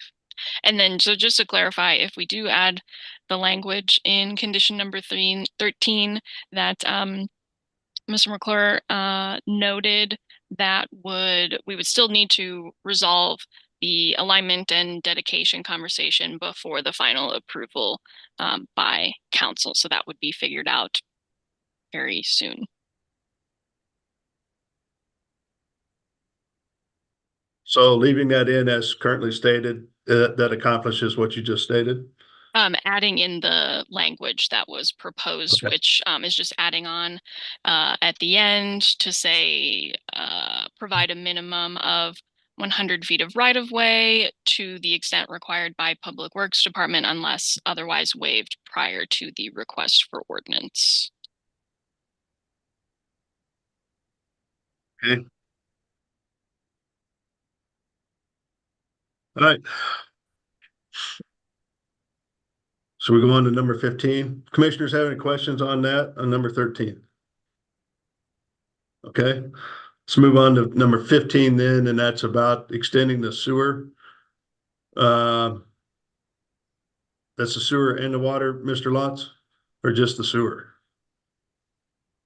No, it's just the sewer. Water is being extended past the property already. All right, this is where Mr. Kiefer comes in. Sure. Yeah, and I think the request was to try to do a deferral on this, but there's really nothing within the site to defer this to. So, I mean, they're going to build their project and they're going to build the switch yard. So there's really nothing to defer, construction of that sewer to. So I would say that the condition needs to stand as written. And I think, Travis, I think our point is, since it's going to be a substation, their Evergy will not be using it. It will not have a sanitary sewer system running on that property. So building it out would sit there unused. I think in the process of getting a deferred agreement, we could come up with other language that would allow when it does become developed. Yeah, I think that was brought up during the development case and during the process when staff, question if you're going to create a lot, here's the requirements for creating a lot. And so if you wanted to set forth simply an easement for Evergy to put the switch yard in, that would be a different story.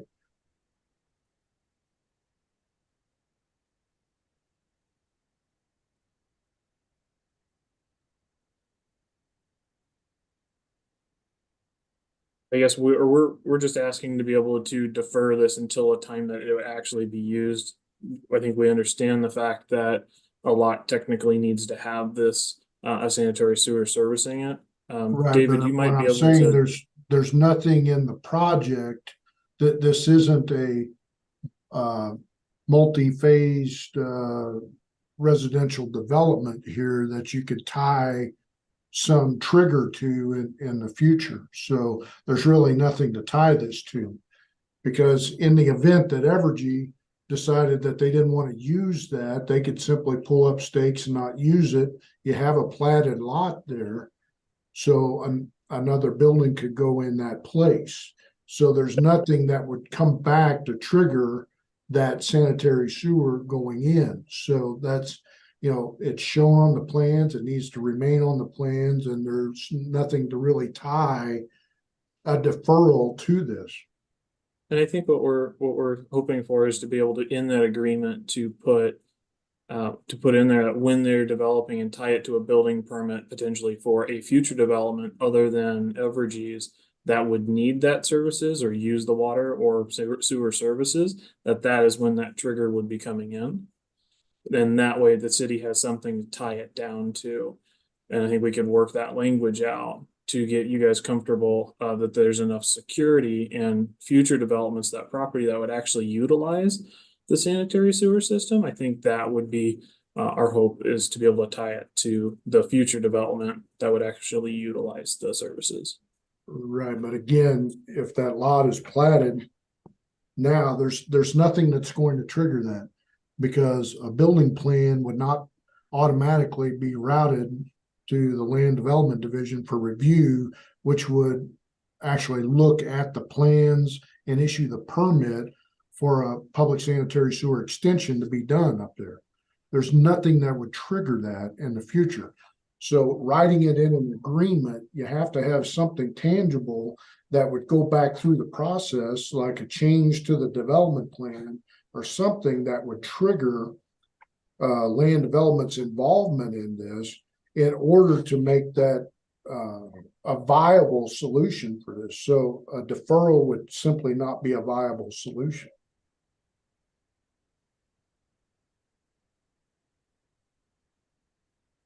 Okay, I think we can tie it to a building permit or something else. David, if you've got anything you want to add to that.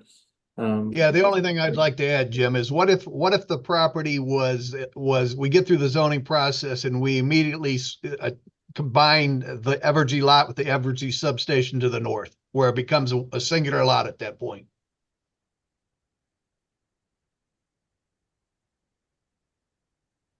We're fully into we can't build our data center project without Evergy building that switch yard, if you will. And what if we somehow write something up in the language that we would combine the Evergy switch yard with the Evergy property and make it go through a lot combination, if you will.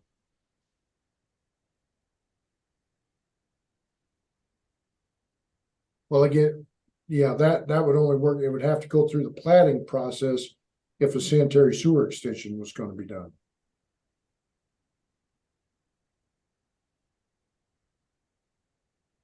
Yeah. So it sounds like that might work, Mr. Lotz, but at this point in time, the way it's being platted separately, just need to have the sewer extension.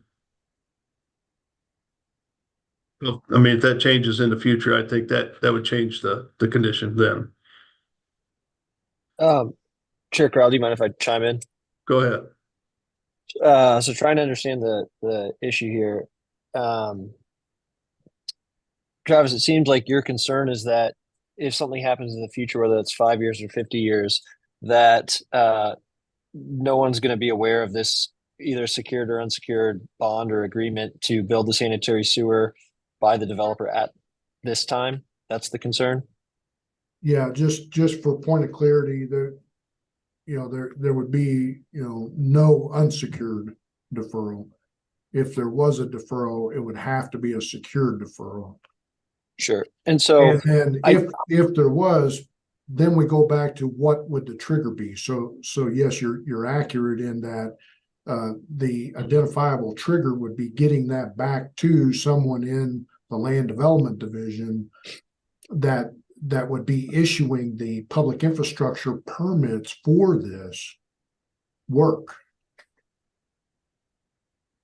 And so then in your professional experience, if the commission thinks that this is the most reasonable way to handle it and to not require the construction of the sanitary sewer until it's really needed, what do you think is the best solution to have an appropriate trigger in the future? Then they may want to move forward with simply having that marked out as a utility easement in that area, and then come back with a plat for that northern lot and plat it as part of that lot to the north. And then I don't know how long something like that would happen, or how long something like that would take. And utility easement seems to make sense to me also. With a very incomplete understanding of this, it seems as though creating two lots was a relatively fitting solution, except for this one troublesome piece, which I feel like we can move past. And to me, it seems as though whether it's 5 years or 50 years in the future, if someone develops this, people are going to know this was, with only a little bit of research, people would be able to figure out that this lot was platted at a time that this other lot was built, and they would find this agreement for the secured deferral. And so in that sense, I'm not particularly concerned as a commissioner that the potential in the future for someone to say, well, who's supposed to be building the sanitary sewer? I'm not concerned of that potential inevitability sometime in the future and us being confused about who needs to pay for it. Well, we've addressed this in other large scale developments and so forth like this, where private utilities were going to be run on a site, and those ended up going into a utility / access tract, and that addressed streets, the private street that it was on, and it provided a location for private utilities to go into. In that case, that would end up being a utility / whatever, just a utility tract. In that case, it could not be used for anything else unless it came back and was replatted as a lot again. So that would be another solution, because getting into this deferral again, there's no solid mechanism here on this type of development to bring that back to the divisions and the departments that it needs to go to. So okay, I think by reclassifying that as a utility tract, and then putting that restriction language on this preliminary plat, and then when it's platted, that restriction language is still on there. This is for an Evergy switchyard. Then that resolves that issue. They can't come back and say, hey, we don't want the switchyard there, we're going to put it up here, we're going to put a maintenance building over here, at which point they would need sewer access. And if they did that, they would have to come back and replat that lot. Yep. Thank you. I think that makes sense. And I'm still comfortable personally with a secured deferral agreement, because I don't see, I don't have the same level of concern. And I appreciate that, that other, solution with the utility tract easement. And so I think that'd be great too. And if the applicant chooses to go that way, that'd be great. I'll be in favor of amending number 15 though, as the applicant has requested. Okay. So I have a question on, has Evergy been in this discussion of requiring this portion to be added to their lot? Am I following this right? I'm going to tell you that we have discussions with Evergy every Monday morning, and this lot was particularly outlined for the specific use of Evergy to serve this project. So have we had a discussion with them about replatting it specifically? No. Have we discussed with them about it being in a utility tract? Probably no, but that may be an option here. Well, that being said, I'm not in favor of using that as an option if you haven't had a discussion with that potential person that would be obligated to follow through on sewers. I think that's why we were hoping to put an agreement would allow more time for us to work with both Evergy as well as water to be able to figure out what we could put in that agreement to make everybody comfortable that that when it would be used, it would be installed, and establish who would be paying for it. All right, anything else on the conditions we need to discuss?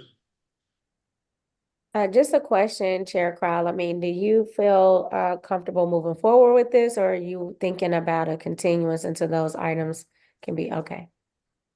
I think they can work those out. I mean, they're small items, in my opinion, that they can work out between now and when they go, for the final approval pieces.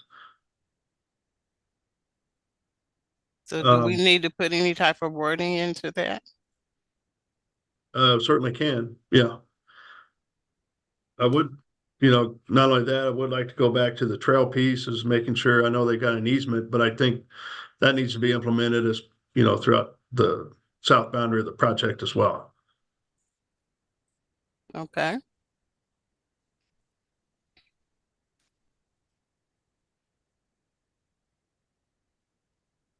Could we have the applicant speak to that request by the chair to add the dedicate right away for trail on the south side of the project? The dedication is there. Yeah.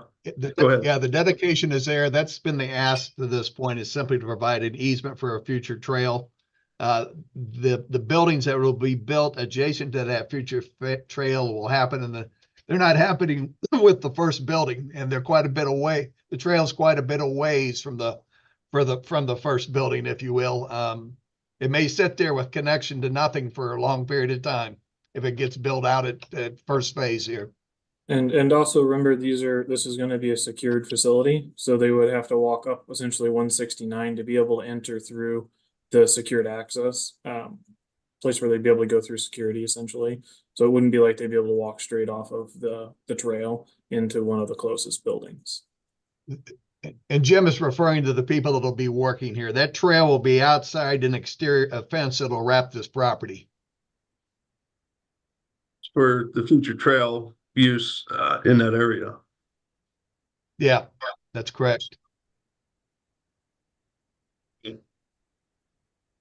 Anything else from the commission to the applicant? Ready to get to public testimony here. Chair Crowell, if you could just specify, based upon that feedback, what you'd like to see. Again, as I understood it, you're concerned both about people in the facility, but also the greater network, was my understanding. It's more just having it done as part of the as part of the overall project. And so if that's something that's deferred until the time in which they build the actual trail to have the connectivity on the west and east side, I'm fine with that. I'd just like to have it done,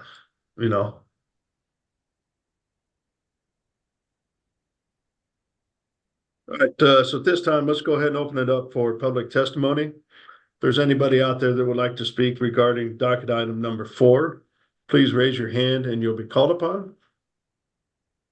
Mr. Chair, there is one person with their hand raised. I'm promoting Wes Minder. Okay. All right, he's been promoted.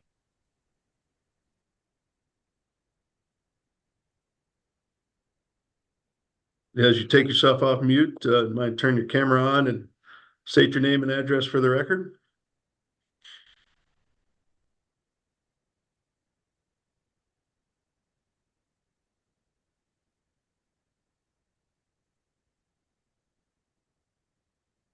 Are you there, Mr. Minder? Morning, Chairman Crowell. Sorry about that. Panelist was restarting there. Wes Minder, Kansas City resident, 7422 North Amoret Avenue, Kansas City, Missouri. This project, the city adopted a trails plan back in 2008. There is a substantial east-west connection along 435, which this project is impacting. There's also a north-south along the eastern edge of the project called the Rocky Branch Trail, which provide a connection from Kansas City to the Smithville area. The applicant, I've read in other places, has received a substantial property tax abatement somewhere in the area of potentially up to 25 years for this project. I feel that not requiring the applicant to construct this trail at this time while receiving a large tax abatement, that trail at taxpayer cost at such time they could construct it while they're under construction. Second of all, the city adopted a climate action plan within the last 2 years to go carbon neutral. And there seems to be quite an impetus on the vehicular movement for this area. And while the applicant has stated that the users of this site may not use this facility, when you look at the big picture as far as a connection from the Platte County side near KCI over to the Liberty side in Clay County and a north-south connection to Smithville, I think having the applicant who's receiving these large tax abatements on this project, asking them to construct this facility on the last phase of their project would be a huge way for the city to achieve its carbon neutrality at minimal cost on this project. I thank you all for your consideration. Thank you. Anybody else? Mr. Chair, no one else appears with their hand raised. All right, with that, we'll go ahead and close public testimony. And just, I guess, going back to the applicant about the trails comment we just received, that's, I guess I'm not really sure how the east side looks. I mean, there's just a comment about that. But I know we got a dedicated trail along the south side.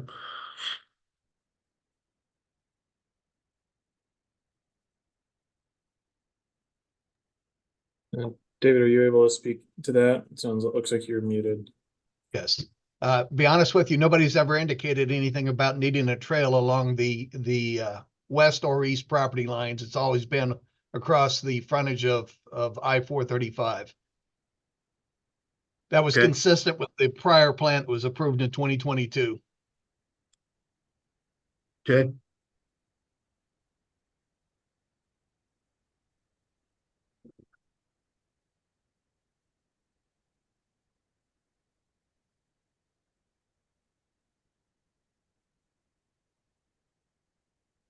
All right, just writing a note down.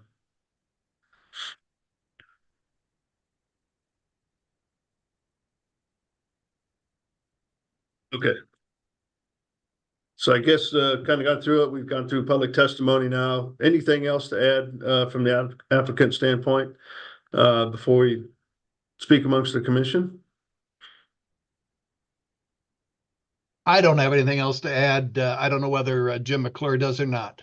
I don't think so either. Thank you, commissioners. Thank you for your consideration. All right, thank you. So at this time, we'll close testimony and speak amongst the commission. Seems like there's a couple things maybe to think about, especially with but I think we got most of it worked out as far as the project itself and the four, and then added of the fifth one, conditions. Any thoughts on any of those, commissioners? I think I need clarity still on what you would like for the trail, but otherwise, just to reiterate how I feel about number 15, I think that the secure deferral agreement is the right way to go, and we can still, recommend that the applicant pursue other alternative options, which would include that utility easement. But I think based upon the plan and what they've been working on, what they've been working towards, I think it's a very sufficient solution still. And I can't foresee a situation in which we run into trouble down the road where it doesn't get built, where it's getting redeveloped and someone can't find that we've put this secured deferral agreement in place. Okay.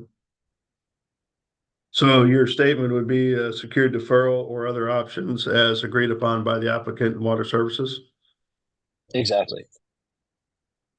Okay.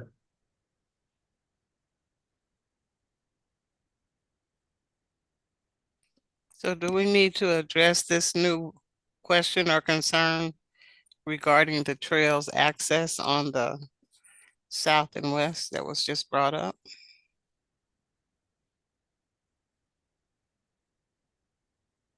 I don't know how we address, I don't know anything about the east side. If somebody from staff can help us with that, kind of where that's located or where it's supposed to go. I'm not sure of that. Here, Carl, I can take a look at the trails plan and confirm that eastern portion of the trail that was mentioned. I don't know if that's something that follows the sanitary sewer up Rocky Branch or that's outside of the property or what that is?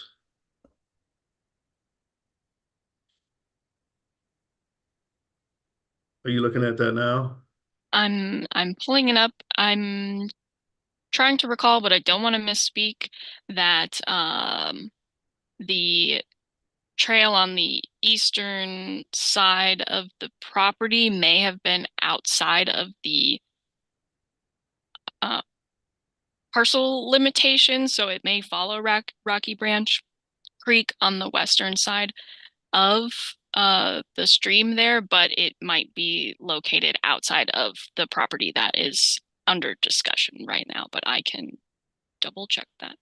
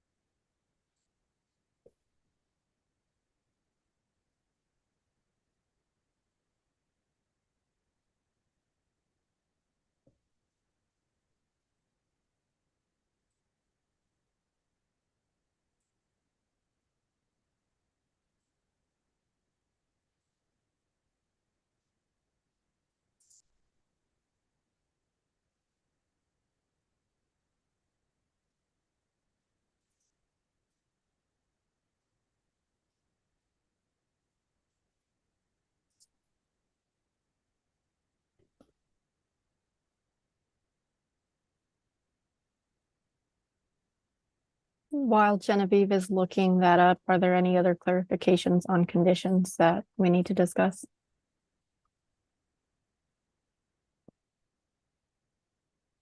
I think just for me, Tyler, on that south one, it should be built as part of the final phase.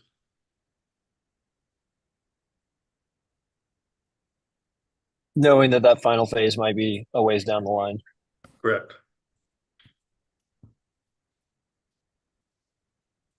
On the trails plan, which I can just show you, that might be easier.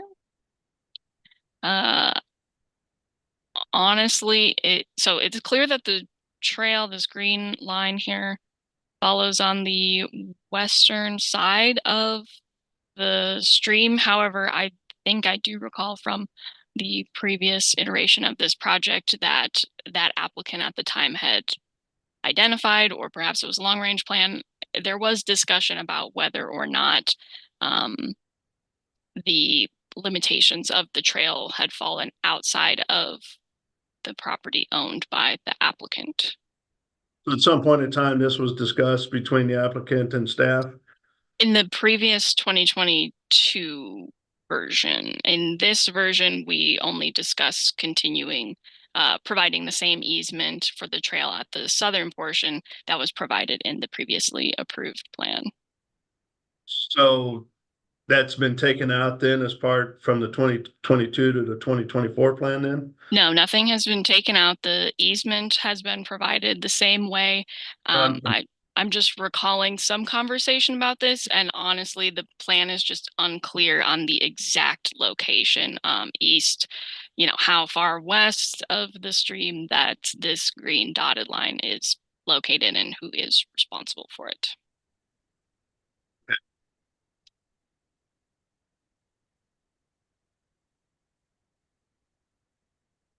Okay.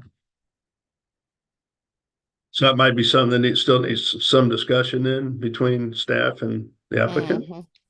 Sounds like it. Okay.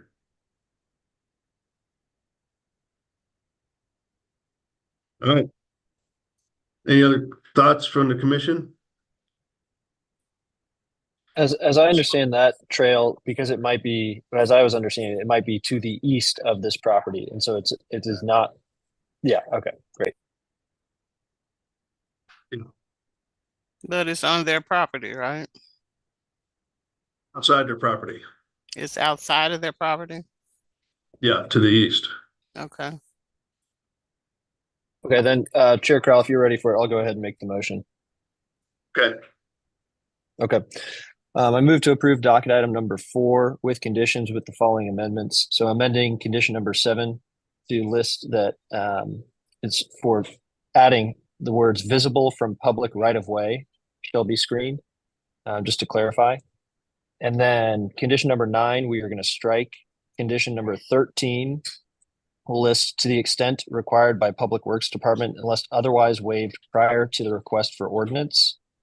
Condition number 15 being revised to require a secured deferral agreement so that the sanitary sewer does not need to be extended until it's required. And we'll add in that unless another agreement is agreed to by the applicant and Water Services Department. And then adding an additional condition requiring that the trail in the south boundary of the property be built during the final phase of the building plan. Okay, I just want to clarify here, you said as part of number 9, you're going to delete condition 13. Is that what you said? I'm sorry if I said that. No, delete condition 9 because I think that we felt that it was covered by condition number 5. Right. And then, okay. Yeah, and 13 was amended to extend to the extent required by Public Works Department unless otherwise waived prior to the request for ordinance. Okay. Everybody get all that? Yeah. Okay. So I got a motion. I need a second. Second.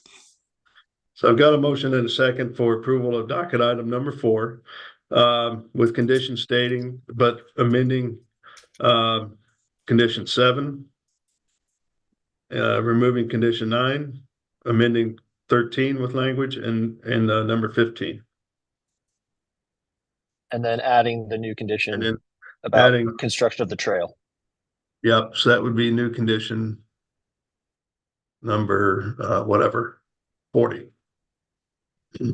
Okay, with that, Paulina, can you take a roll call on that motion, please? Beasley, Aye.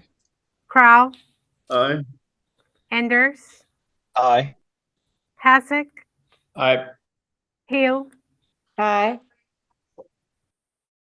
Looks like the motion passes 5-0 for that. Thank you for bringing the project in. I know it's a big project, a lot to work through, and appreciate your willingness here as we work through all that stuff. Thank you. Appreciate it. Yep. Good luck as you move forward. Thank you very much. Thank you. Take care.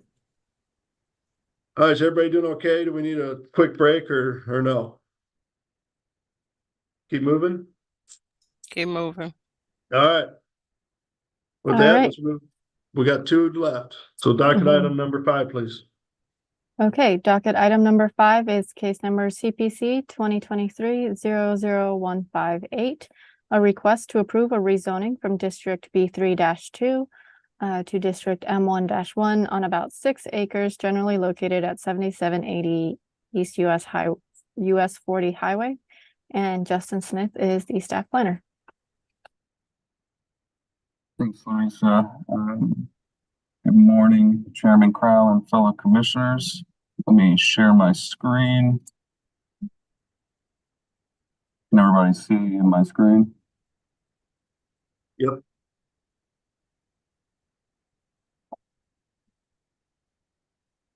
All right. This is case number CD CPC 2023-00158. This is a rezoning at 7780 East US 40 Highway rezoning. My name is Justin Smith, City Planning and Development Management.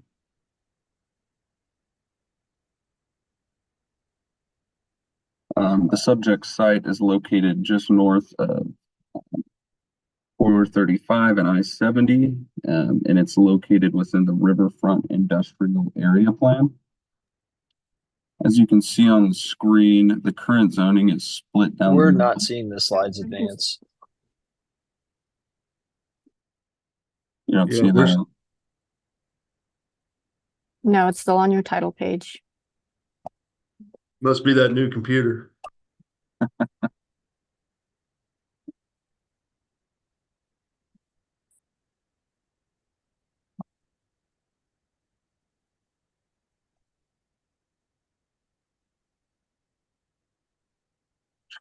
And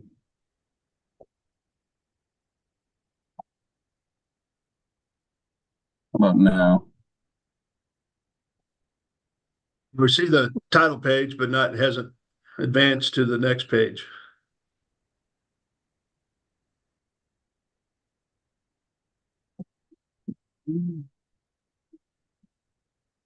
There you go. That moved.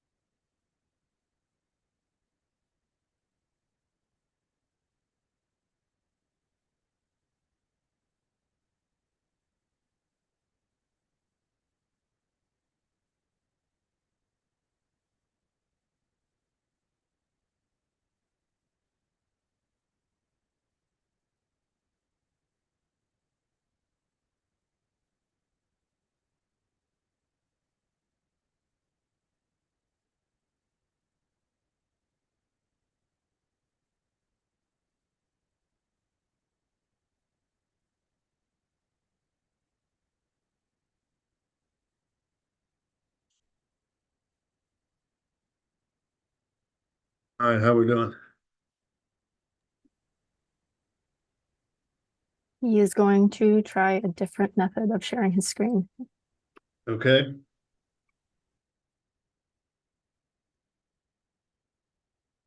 All right, can we see it now?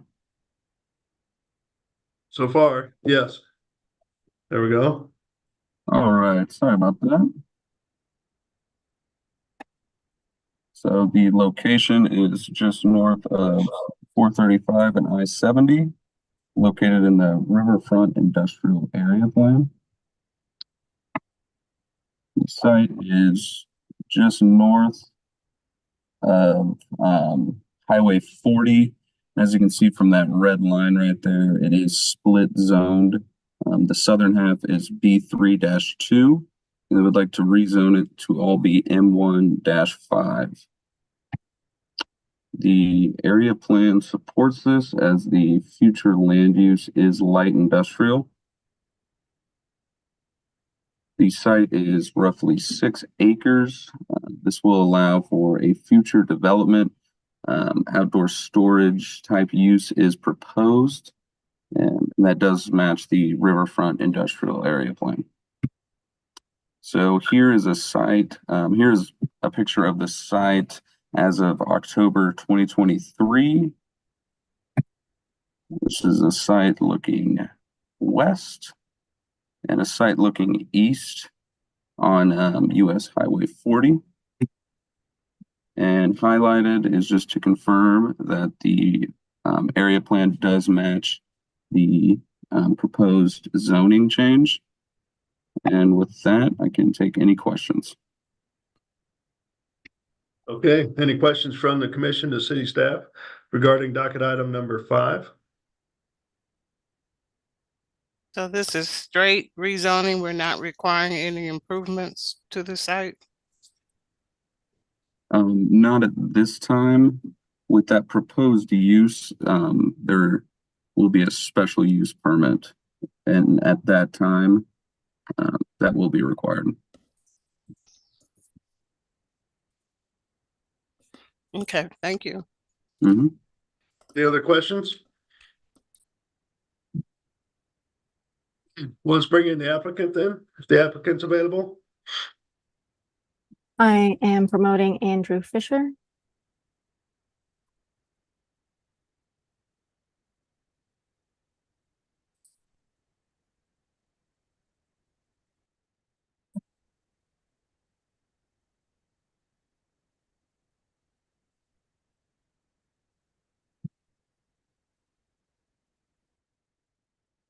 And he has accepted the promotion. Okay. So, Mr. Fisher, as you take yourself off mute, excuse me, Please state your name and address for the record. Let's see here. Saying unable to access camera. Sorry about that. Let me see if I can fix this.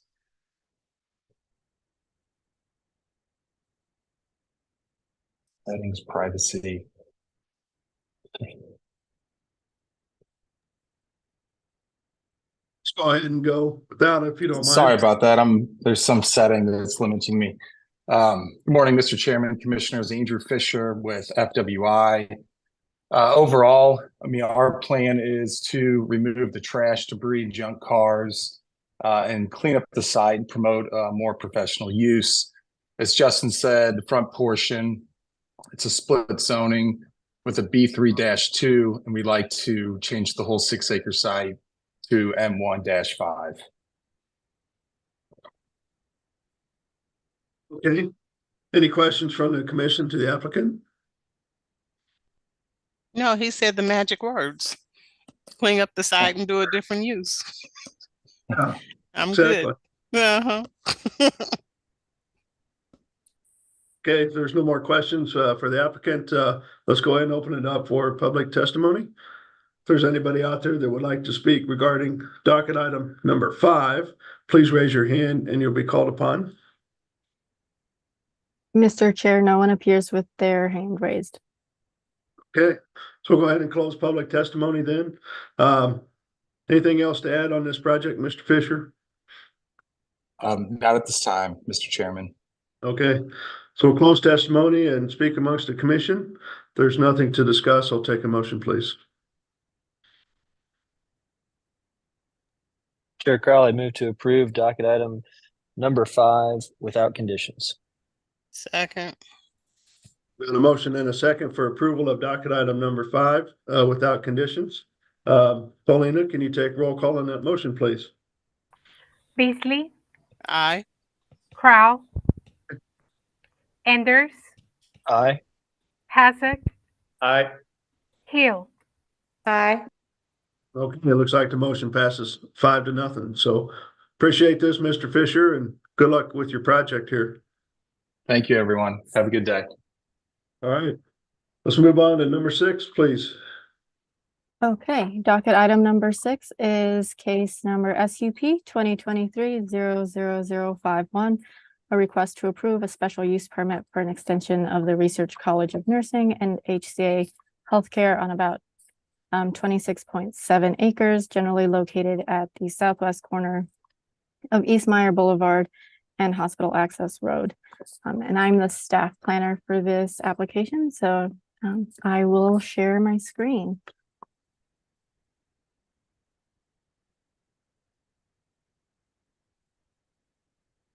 All right, and can everyone see my screen? Okay, so as I mentioned, this is a special use permit for a 2110 East Meyer Boulevard. This is the subject property location in relation to the rest of the Kansas City area. Here is the subject site. As you can see, it's got a bit of a wonky property line and is zoned R-0.5. So that's why you're seeing this special use permit. Here's an aerial showing that the existing use is a parking lot and there are residential units, 3 buildings over just north of it. The applicant is proposing to clean up these property lines. I will show you. Here is the proposal. So the building is located closest to East Meyer Boulevard, and then behind that building is the new parking lot. The new property line will go all the way around the parking lot and then veer over to Hospital Access Road, where you can see here. This parking lot does remove 45 residential units over to the north. They provided landscaping in compliance with the zoning and development code along that boulevard and along the back part of that property line, which is adjacent to a residential zoning district. Here are some elevations showing the proposed use or the proposed building. And here are some renderings. I wanted to point out these windows from East Meyer Boulevard just to show how much transparency they're proposing for the project. One of the requirements is compliance with all applicable standards of the zoning and development code. I'll come back to this slide in a second, but over here you can see that East Meyer Boulevard is an established boulevard right up until Brooklyn Avenue, and that's that blue line. And then it switches to an established parkway, and that is about halfway between the building. And so the building does need to comply with both. Both requirements have different requirements for transparency. The applicant has made sure that the transparency requirement is met for parkway and boulevard standards. They are required to get a variance to the boulevard standard for their front setback. The requirement for the boulevard is a maximum front yard setback of 20 feet. And then the parkway requirement is a minimum of 20 feet. And so they are currently at 23 feet for their setback. And one of those reasons is this retaining wall that they would like to keep for their proposal. This is the view from East Meyer Boulevard. The applicant also needs to comply with the, is it compatible with the character of the surrounding area? And whoops, I'm sorry. I will go back just to get these in there. In terms of site planning and building scale, it is compatible with the surrounding area. They are proposing construction materials that match surrounding uses and the surrounding hospital to the east. They're proposing brick, metal panels, and precast architectural panels as well. And they have provided sufficient crosswalks and pedestrian access to comply with approval criteria E. And so I can go through those. They are proposing an ADA compliant connection to the building using this sidewalk here. And then here is a view from East Meyer Boulevard and Hospital Access Road. And you can see those residential units towards the back. Here is the access or the view from Hospital Access Road, and with a better view of those residential units that'll be removed. And then the site is over where the blue tarp is located. And with that, staff recommends approval with conditions and can answer any questions you might have. Larissa, can you go back to that one slide that showed the driveway and the better picture of the residence? Yes. And I will share my screen in just a minute. Okay. Go back one more. One more.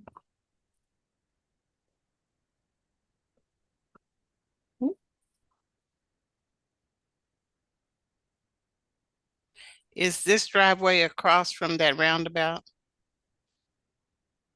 I can pull up the map. I can't remember off the top of my head. It's right here. It's okay. So right here, yeah. The wording is the roundabout. Okay. Yep. I just wanted to confirm what I was thinking. Thank you. Yep.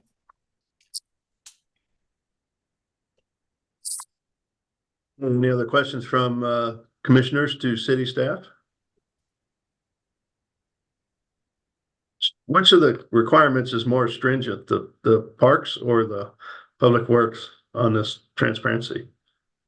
The boulevard requirement, I believe, is 30% transparency, and the parkway requirement is 60% transparency. Okay. Yeah. And they are meeting the 60%. Good looking building. How many stories was it? I believe it's 3. Okay. And it'll provide enough room for about, I'll have the applicant just acknowledge it, but I believe it's about 250 students. It might be more.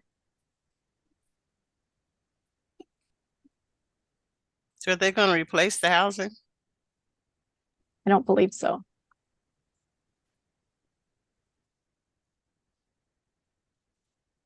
Any other questions for city staff? No, I'm done. Thank you. Thank you. Let's go ahead and welcome the applicant then, if the applicant's available. I'm promoting Jay Healy. All right.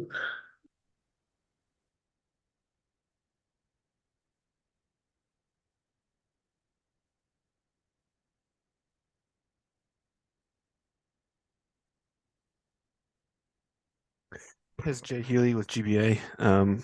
Also on the line is Reed Brule and Bill DeYoung, who can answer questions as well about the project. So Larissa did a great job presenting and can answer any questions that you have for me. You got name and address for the record? Sure. It's 9801 Renner Boulevard, Lenexa, Kansas 66219. It's Jay Healy at GBA. Okay. Any questions from the commission to the applicant?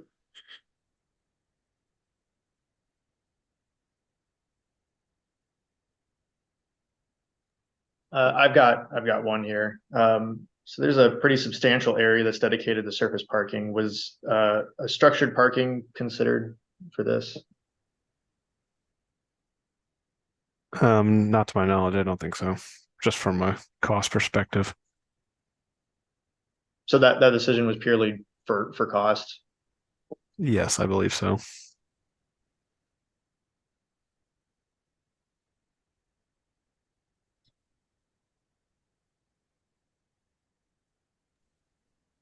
So pervious surface, right? Yes, we will be adding some impervious surface. A stormwater detention basin will be constructed just to the west of the parking lot. Okay, Kobe, is that Bruce's standard question on the retention thing? He looks for some green infrastructure as part of the stormwater management, just to make sure that it's just not all piping and storage. Do you have any kind of green solutions as part of your stormwater management? Yeah, we will have native vegetation on with the landscaping, and then we'll also store the water quality volume in the stormwater detention basin, which helps it slows down the water runoff and kind of holds back some of the pollutants. Yeah, so all that'll be done in a structure, in an underground tank system versus any overflow through like a bioswale or. It'll be within the stormwater detention basin, so it'll be like a shallow depression kind of west of the parking lot.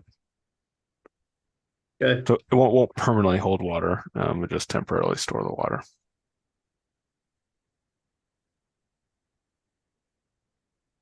Okay. Any other questions from the commission to the applicant? All right, with that, let's go ahead and open it up for public testimony. If there's anybody out there that would like to speak regarding docket item number 6, please raise your hand using the Zoom feature and you will be called upon.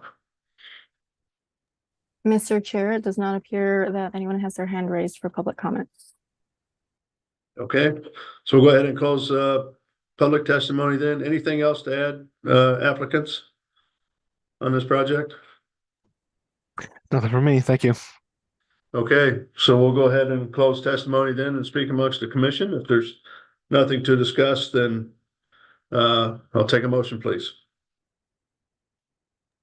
My only concern with it is just that it appears as though with the removal of the housing that's existing on the site and no replacement of it, that we are essentially decreasing the overall density of this area. And so I do have concerns with such a large amount of this new space being dedicated solely to surface parking. I'm personally of the opinion that, even though if it is a cost issue that cannot afford to have a parking garage, that if you have to decrease the density of an area, then you cannot afford to do the project. But those are generally my the comments that I have for this project. Okay. Anybody else?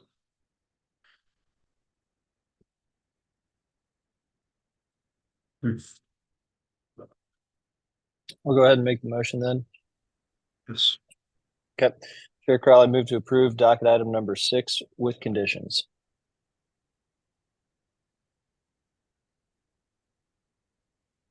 Second.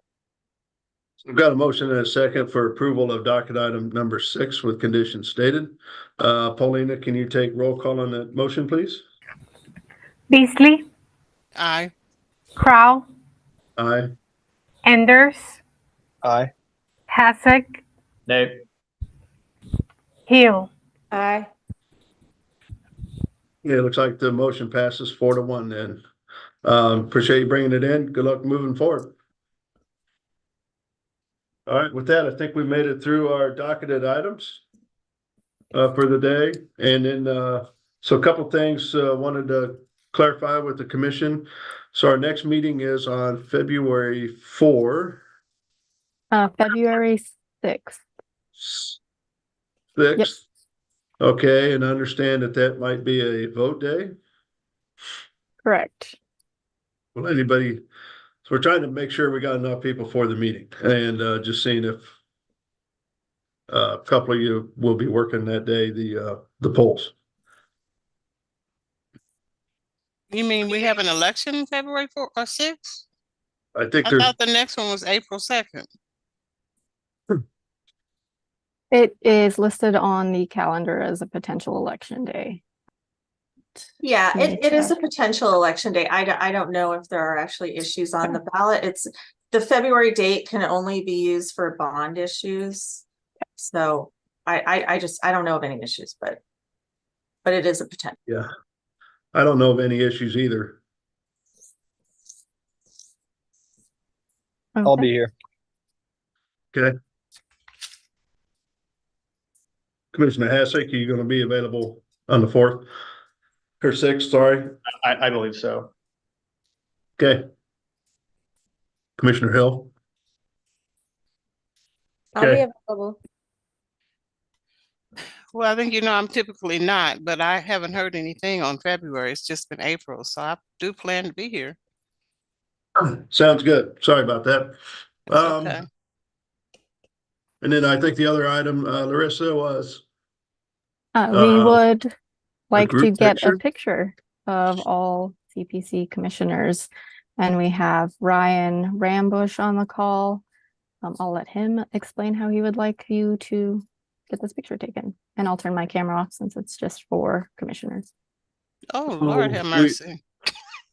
We're missing a couple commissioners, aren't we? Yes. We are. Is it possible to get another time or we could do another time, but we are running out of time. okay, so if we went February 6th. Well, we have to have it done before January 31st. Why are we taking pictures? For the 2023 CPD annual report. We didn't have one last year. We didn't have a picture last year. Jeff wanted one this year, is the best reasoning I have. So. Okay.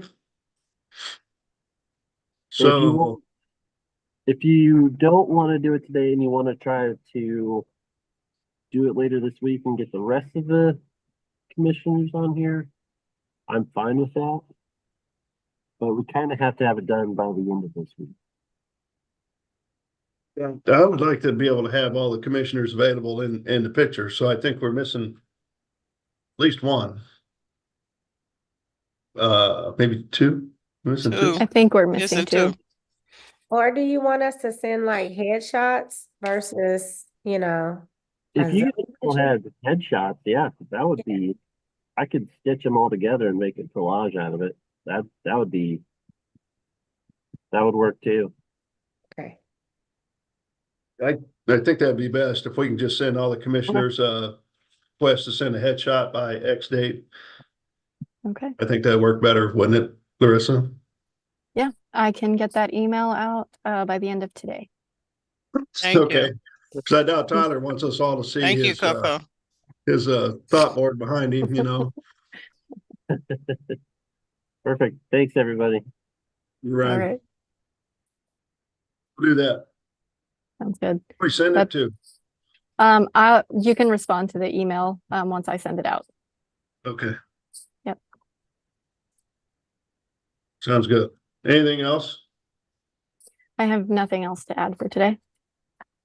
All right. So motion to adjourn our meeting. So moved. Moved. All right. Thank you, everybody. See you in February. Go Chiefs. Go All Chiefs. right.